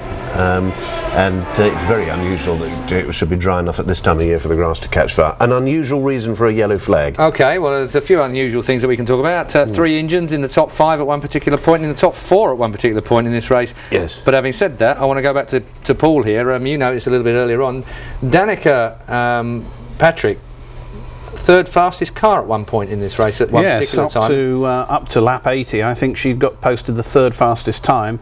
I have to say, I'm very impressed. She's extremely professional. She's sitting it out. She's running with the traffic. She's not making mistakes. She's getting mileage together. I mean, nobody's going to say she's going to suddenly be on the podium or win races. She's getting the mileage, but she's got a great tutor in Bobby, who I know is keen on her doing the distance. Yeah. Dan Weldon. He's led for the most amount of this particular race at the moment. It's all looking very good. Had a huge lead up until that yellow.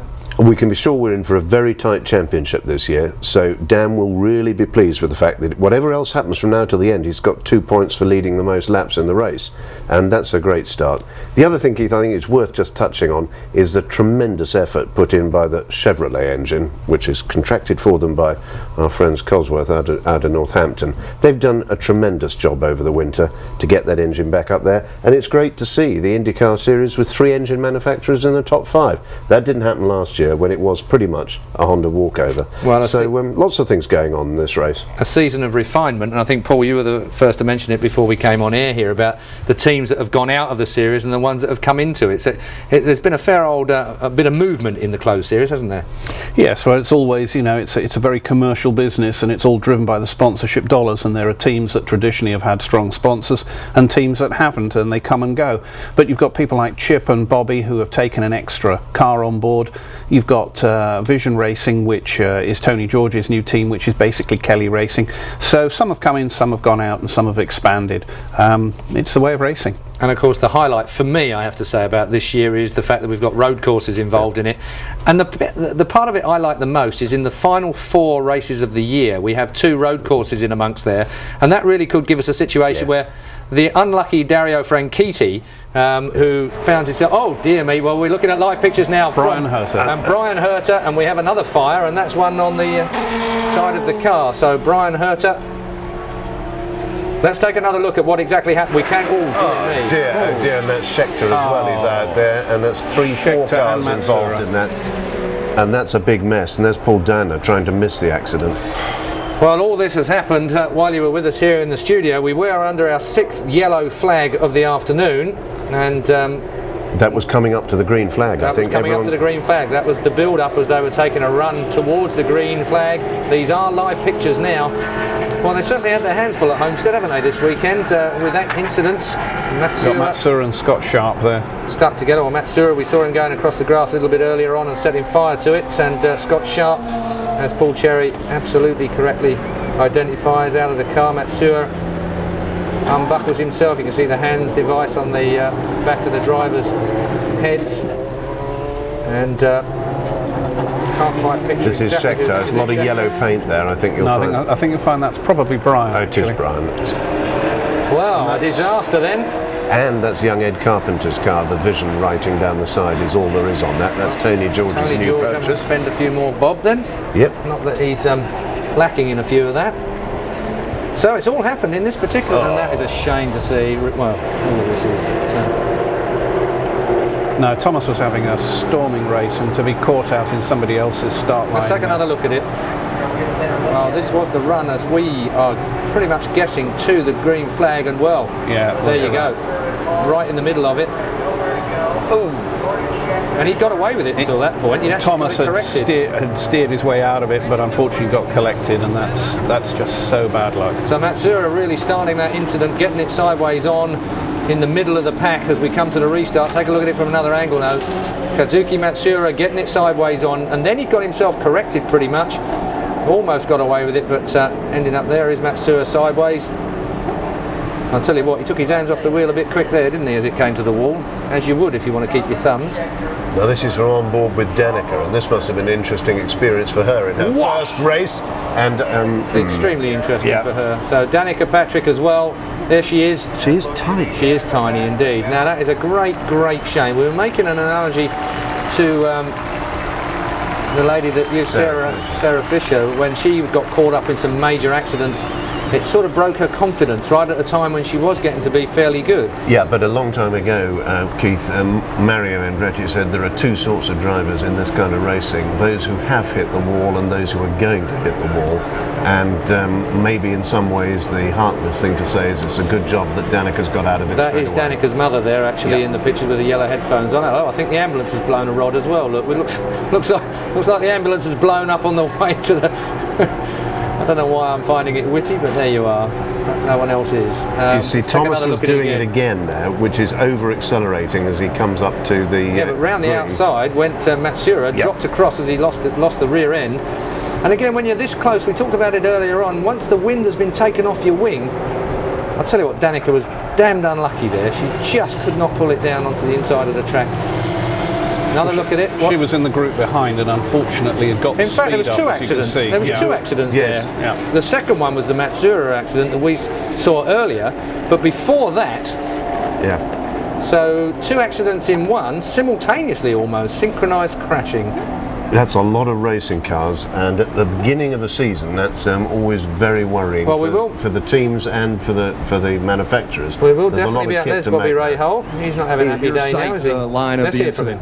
Well, I mean, it was all happening in front of her, and she was doing right, and then Ed Carpenter, was about 5 laps down or something like that, was in the middle of that restart. Why, I don't know, and he parked it in the middle of the incident, and she just caught up to him. But she did a great job all day, made a lot of good passes, and it's just unfortunate. I think she was feeling comfortable, and big accident. Pit stops and traffic, I know, were the two main areas of concern for her coming in today. How would you grade her in those areas? I'd give her pretty good. I don't know if I'd give her an A, but I'd certainly give her a B. I mean, the restarts were, some were good, some weren't so good. No, but that's just the experience factor. A lot of those restarts, it depends on who's leading the restart. And some of these guys continue to play games, you know, while they're when they're leading the restarts, and it just stacks up. The further back you are, the worse it gets. So, you know, tough day for her, but all in all, I'm pretty pleased. That's Bobby Rahal. Now let's go to Jerry Punch. Well, Tom Anderson. Wow. Those out of that race would be Schechter, Matsura, Sharp, Herta, It looked Patrick, to me like Dixon. Kosei got the Panasonic car, had a good run on that group in front of him, and they weren't quite as quick as what he thought. And he had to jump to the outside to go around him, and with the combination of the cold tires and the amount of marbles that were up high, I think it wasn't too many, but it was too many for the situation. So just not enough grip up there, and it looked like back end came on around on him up high and got away from him. So I think more or less a victim of circumstances, because he had a hell of a run on the guys in front, but there wasn't enough room to do what he had to do to avoid going straight into the back of him, and left him in a position that wasn't really compatible with the tires at that time. Okay, Tom Anderson. Kosuke, though, is okay, guys. So a 7-car crash involving Schechter, Matsura, Sharp, Herta, Patrick, Dixon, and Yasukawa. Yeah, it's a tough break for everybody involved. Matsura starts the thing.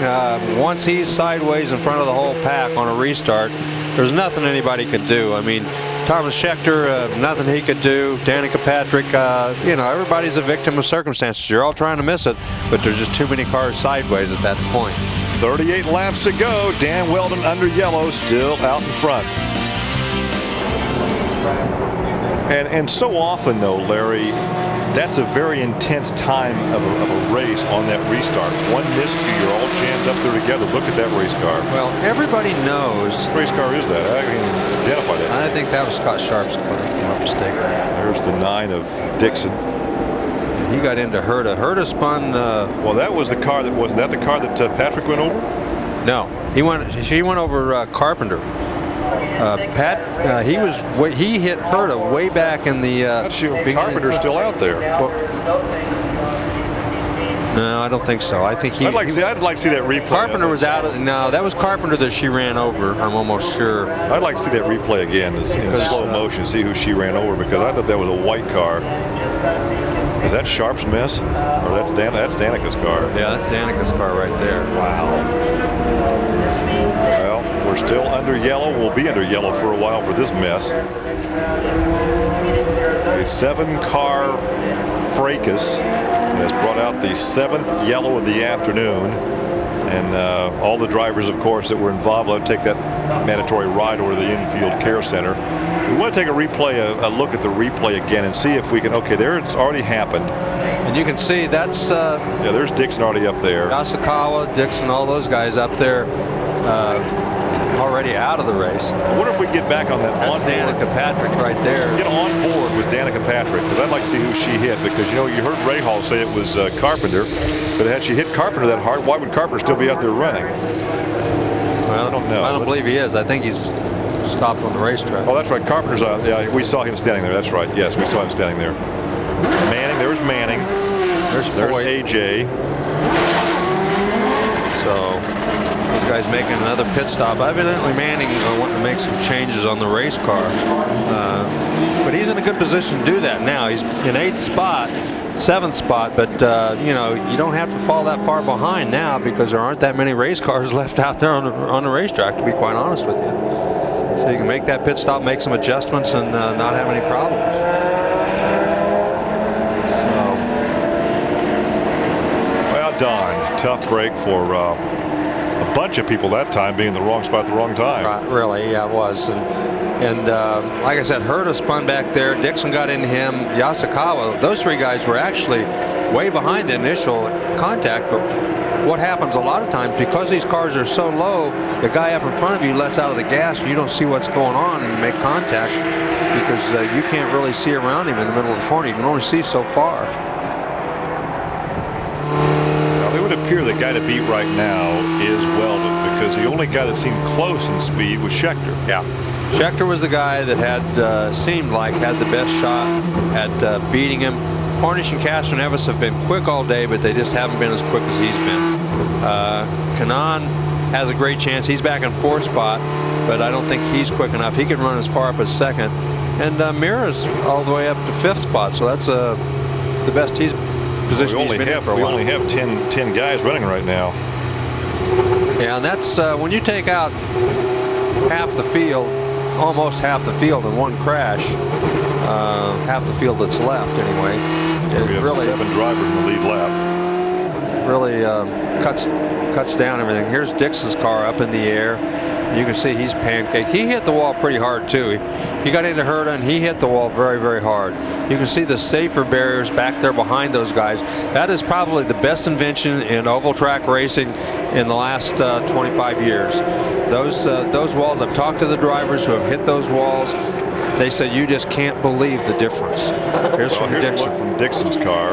You can see right there, Herta spun, and there's Dixon. He got in the wall a ton too. He hit the wall pretty hard. Herta turned his car sideways, trying to, he was on the brakes. Well, what happened to Herta was he saw the accident, moved up into the gray stuff, and once he saw all that happening up there, he moved up into the gray. Oh, look at this. He did a good job just to get through there. Carpentier is still in the lead lap. He's in 6th position. He got through all that. Did a nice job.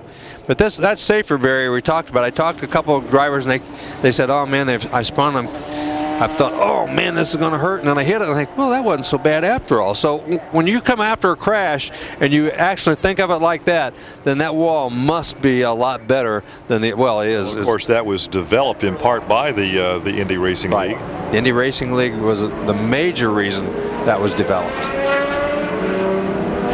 The Dreyer Reinbold entry was taken out. Dennis Reinbold with his comments now from the pit lane. Could he have avoided that incident at all? He tried really hard to get the Investment Properties of America car down low. Our spotter was talking to him, and he just didn't have time to react. The last thing Robbie said from up top was he had no time to do anything. So Roger's okay. It was disappointing because we really had a great race car today. We had a chance to win this thing. So we made a lot of noise today and had a good run. So that's something we can build on, but it's disappointing when it ends like this. Good luck in Phoenix. Thanks. Dennis Reinbold, who has a very rich family heritage in racing. His grandfather, Pop Dreyer, was the builder of some very, very famous midgets back about 40, 50 years ago. Yep. So under our 7th yellow of the afternoon, still a lot of cleanup going on over there. You see that mess over there in turn 2. With 37 laps to make it 33 laps to go, Larry. Weldon, Hornish, Castroneves, then Kanaan, Mira, Carpentier, and Manning. Those 7 drivers are on the lead lap. Then Barron is a lap down, Foyt's 3 laps down, and Dana's 6 laps down, but there are 10 cars running. Yeah, and man, that was an expense.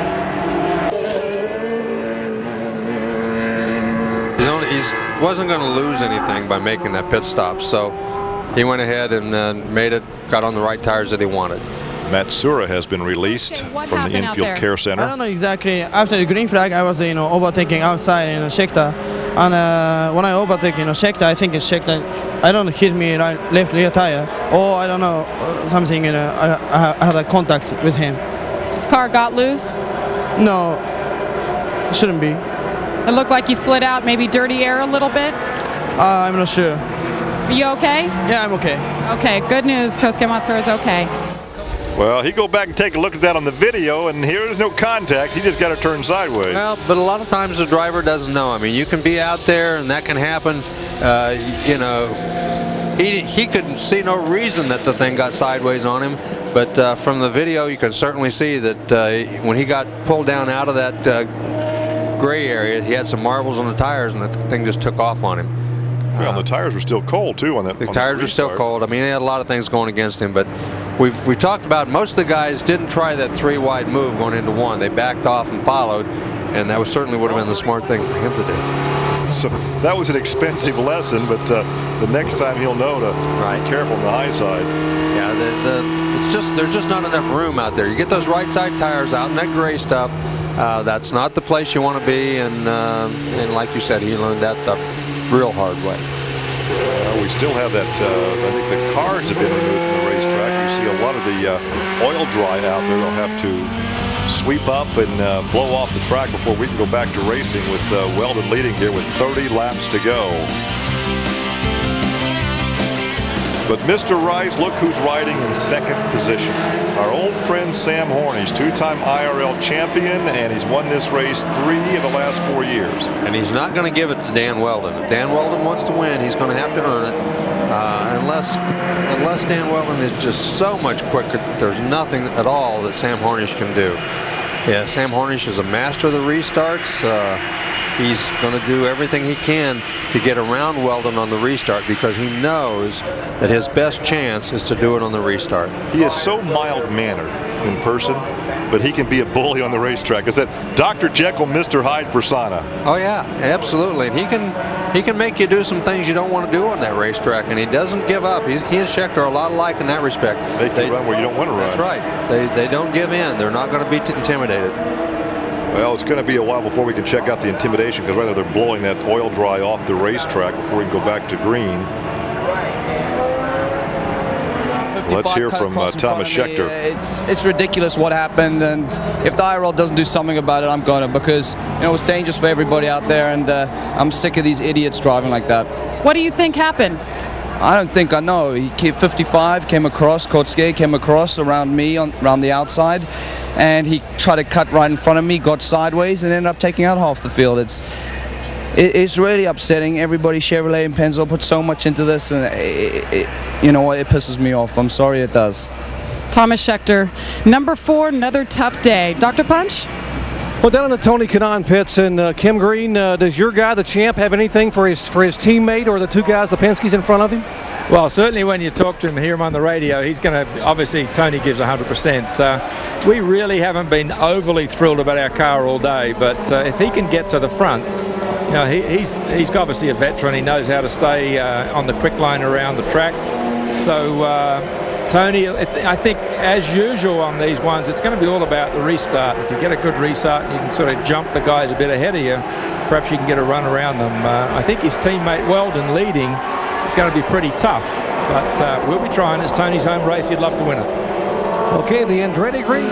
Some observations that were somewhat apt, I think, from Mr. Scheckter, but Mr. Schecter's made some mental mistakes in the past as well. But I think as they look at the replay, maybe not the smartest move that Matsura made on the high side. Yeah, there's no question. I mean, 3 wide at this racetrack, you can do it some places with cold tires. One key though is just exactly like Kim Green said. The restarts can make you or break you. If you can get a huge restart, I would expect Dan Weldon to either do one of 2 things. He's either going to get on it real early or he's going to get on it real late. He's going to wait so long that everybody's going to have to back out of the throttle, because if he gets on it at those cones where he's supposed to, that's where everybody expects him to get on the throttle. And if he does that, he's going to be a sitting duck and they're going to blow him off. So he's going to have to use a little strategy here and decide whether to get on it. Of course, if he gets on it real early, if he gets on it clear back in the middle of turn 3, then they'll throw the yellow and have another restart. So he's got to be careful. They do have some discretion. He has some discretion, but not a lot. Good ride here for the French-Canadian Patrick Carpentier, driving for the Red Bull Team Cheever. There's Darren Manning. And Darren Manning, as we've talked about, the Target Chip Ganassi team has just not been as good today as I thought they would be. It wasn't as good last season as we thought. They were terrible last season. Championship season, they were way off the mark last year. They were terrible. There's no other way around it. They were terrible last year, but I thought they'd be better this year. Vitor Mira has not lived up to exactly to what we thought. He won this ride because last year he was on a race-to-race basis and was so productive, was fast in qualifying, was racy. and won a ride for the rest of last season, renewed the contract for this year. He's a very good race car driver. There's no question about it. You're right. He earned that ride, and I'm glad he's got it. He should find victory lane before this season's out. Well, let's see if Weldon. Oh, 1 lap to go. I thought they were going to get it this time, but they're going to wait 1 more lap. I'll see. We can't hear from Eddie Cheever before we go back to racing here with some 26 laps to go. They'll get the green flag with 25 to go. Thought we were going to have Eddie Cheever. Yeah. Still trying to run him down, probably. Yes, Barron in 8th position, and Carpentier now is in 5th position, so he has his 2 drivers in the top 10.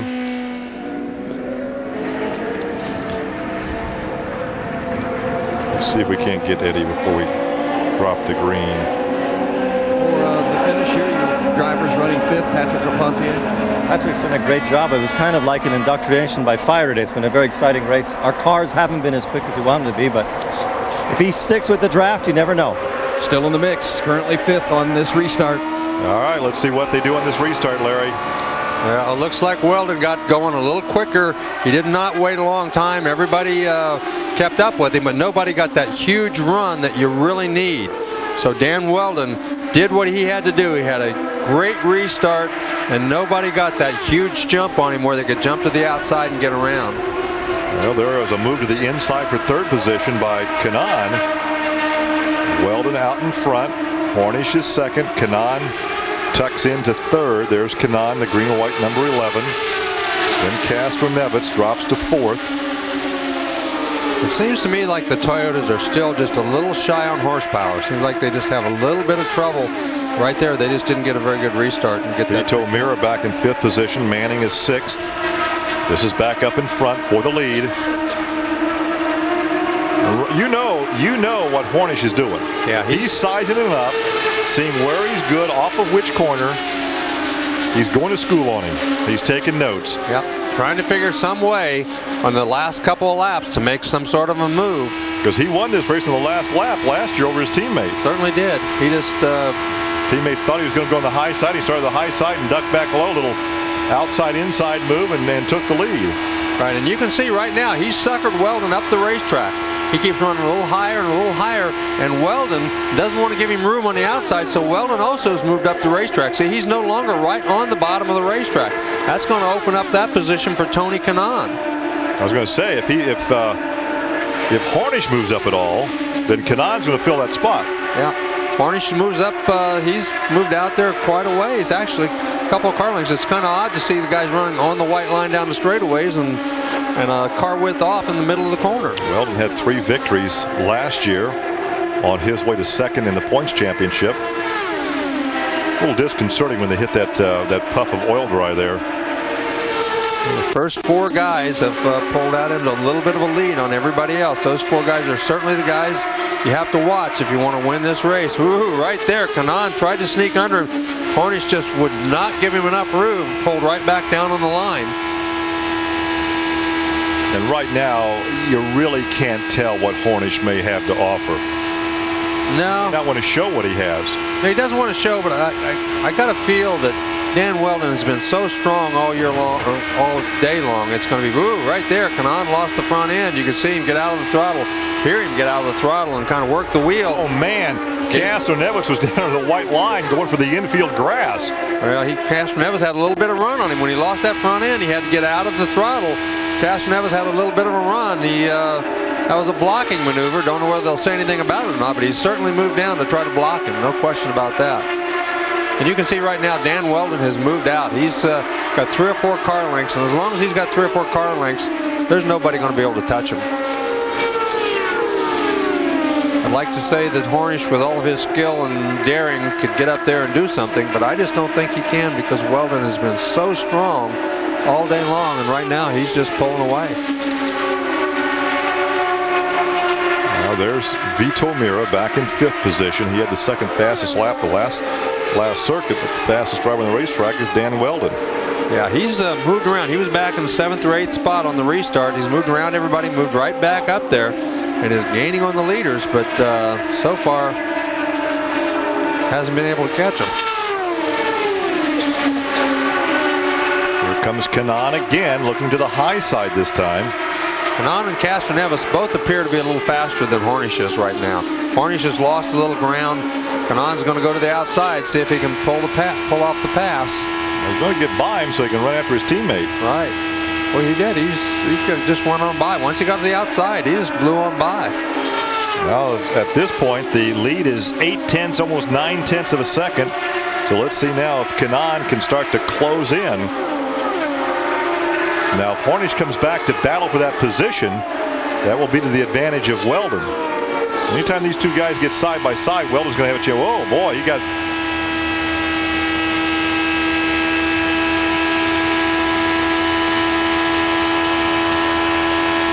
Well, you can see that he got to the outside right there, lost the front end, lost a little ground, but pulled right back in and is caught up now.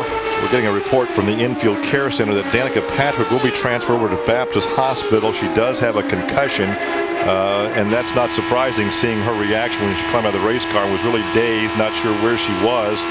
So after a checkup in the infield care center, she is being transferred over to Baptist Hospital for observation. Tough indoctrination because she was running a good race. As you heard Bobby Rahal say, I'd give her at least a B for her effort this afternoon, but she got caught up at the wrong spot at the wrong time. That's all that happened. Wrong spot at the wrong time. Nothing she could do about it. Unfortunately, you know, one of the cars up in front had completely stopped going through that thing, and she just got mixed up with them. Well, Dan Weldon has led the most laps. He'll get the bonus points, but right now he's more concerned with the 50 points that goes with the win. And look at that car moving in the fifth position. That is Mira, who's closing in on Castroneves. He might be somebody to be reckoned with as far as second place goes. I don't think any of these cars have anything for Dan Weldon unless there's another yellow flag and they get a chance to get him on the restart, because or he loses a power plant. Yeah, if he could have some sort of other problem. But if the race goes green and he didn't have any more problems, he's going to be your winner. The real battle is going to be for second spot, as Hornish just absolutely won't give up on getting 10 laps to go, Larry. Final 10 circuits. The battle's going to be for second, third, or fourth, because right now the lead is up to 1.8 seconds. So Weldon is just cruising. Yeah. He's not very many days in racing that you have a day like he's having today, where you just have everything perfect and you pull away from everybody at the racetrack. But you know, in preseason they talked to Tony Kanaan and said, Tony, who's going to be your big challenger this season? He said, look for Dan Weldon. Yeah, all the odds makers are giving Dan Weldon a great chance to win the championship this year. Meanwhile, Vito Mira has moved right up with this pack, and he's running that high line, higher than anybody else. And if he can make that work for himself, he could gain a couple of spots here right near the end of the race. Well, there he goes to the high side of Castroneves with 8 laps now to go. As the laps wind down, you see across the top of the screen all those drivers out. 7 cars were lost in one pileup on that one restart. We've had 7 yellows this afternoon. The most we had here was back in 2002. We had 9 yellows. Right now we have 7 cars on the lead lap. Carpentier is now 7th, the last driver on the lead lap. So it's Weldon, Kanaan, Hornish, Castroneves, Mira, Manning, and Carpentier. Barron's a lap off the pace in 8th. 9th is Foyt, 2 laps, make that 3 laps off the pace. And Paul Dana is still out there in 10th position. He is 8 laps off the pace, a grad of the Infinity Pro Series from last season. Boy, Sam Hornish is just trying. He's getting up there trying to get that run off the corner to get up the side of Kanaan. So far, just not enough momentum, not enough speed to make that work, as Mira goes to the outside of Castroneves. Now you can see that gap now back to second position. There's the big gap between first and second, so 2.5 seconds now. You're not missing a thing. This is the good battle for position. Second, third, fourth, and fifth. They had been nose to tail as Mira steps out just a bit to go to the high side, trying to overhaul that position for fourth, and he may have it. Mira did a great job. He sucked right in behind, got that big toe, and then just moved to the outside through the middle of the corner, and he made it work. He got right around Castroneves. Made that look pretty easy, actually. He'll say he'll find victory lane before this season. Oh yeah, he hasn't been up in the top 5 as much today as we expected. Look at him pull away. But right now, he's one of the fastest cars on the racetrack. Now 4 laps, just under 4 laps to go. So right now you got Andretti Green with 2 drivers running first and second, Weldon and Kanaan. And there's your leader. There's the gap back to second. There's second position Kanaan. There is third Hornish, and then Mira. Does Mira have something for these last 2 guys in the last 3 laps? Well, he is gaining on them. I mean, he's very slowly but surely gaining on these guys. Got the toe from these 2 now. You can see lap 198. You can see through the corners he has to go way wide. Now then he's got that toe down the front straightaway. You can see Hornish move him way up the racetrack. Hornish didn't want to give him any racetrack to race on, moved him way up the racetrack.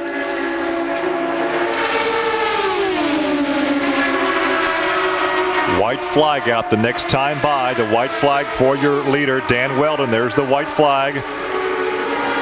Well, Mira's only going to have about 1 more shot at this. And Hornish just isn't giving him much room. Moved up again. Yeah. Hornish just is not giving him much room on that outside. And here comes Castro Neves. Second, third, fourth, nose to tail down the backstretch. On the final lap, we're going to go 3 wide. No, but here comes Hornish on the outside of Kanaan. There is the twin checkered flags for your winner. That's now the Dan Weldon, who's going to take second? Wow.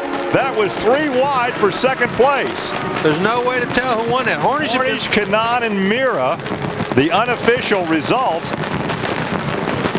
Wow. Hornish, he got second. Kanaan finished in third, and Mira in fourth. But Hornish waited to the last lap. He knew what he could do. He knew when he had to do it. He knew he was going to get 1 shot. He pulled out there and pulled it off, moved into second place.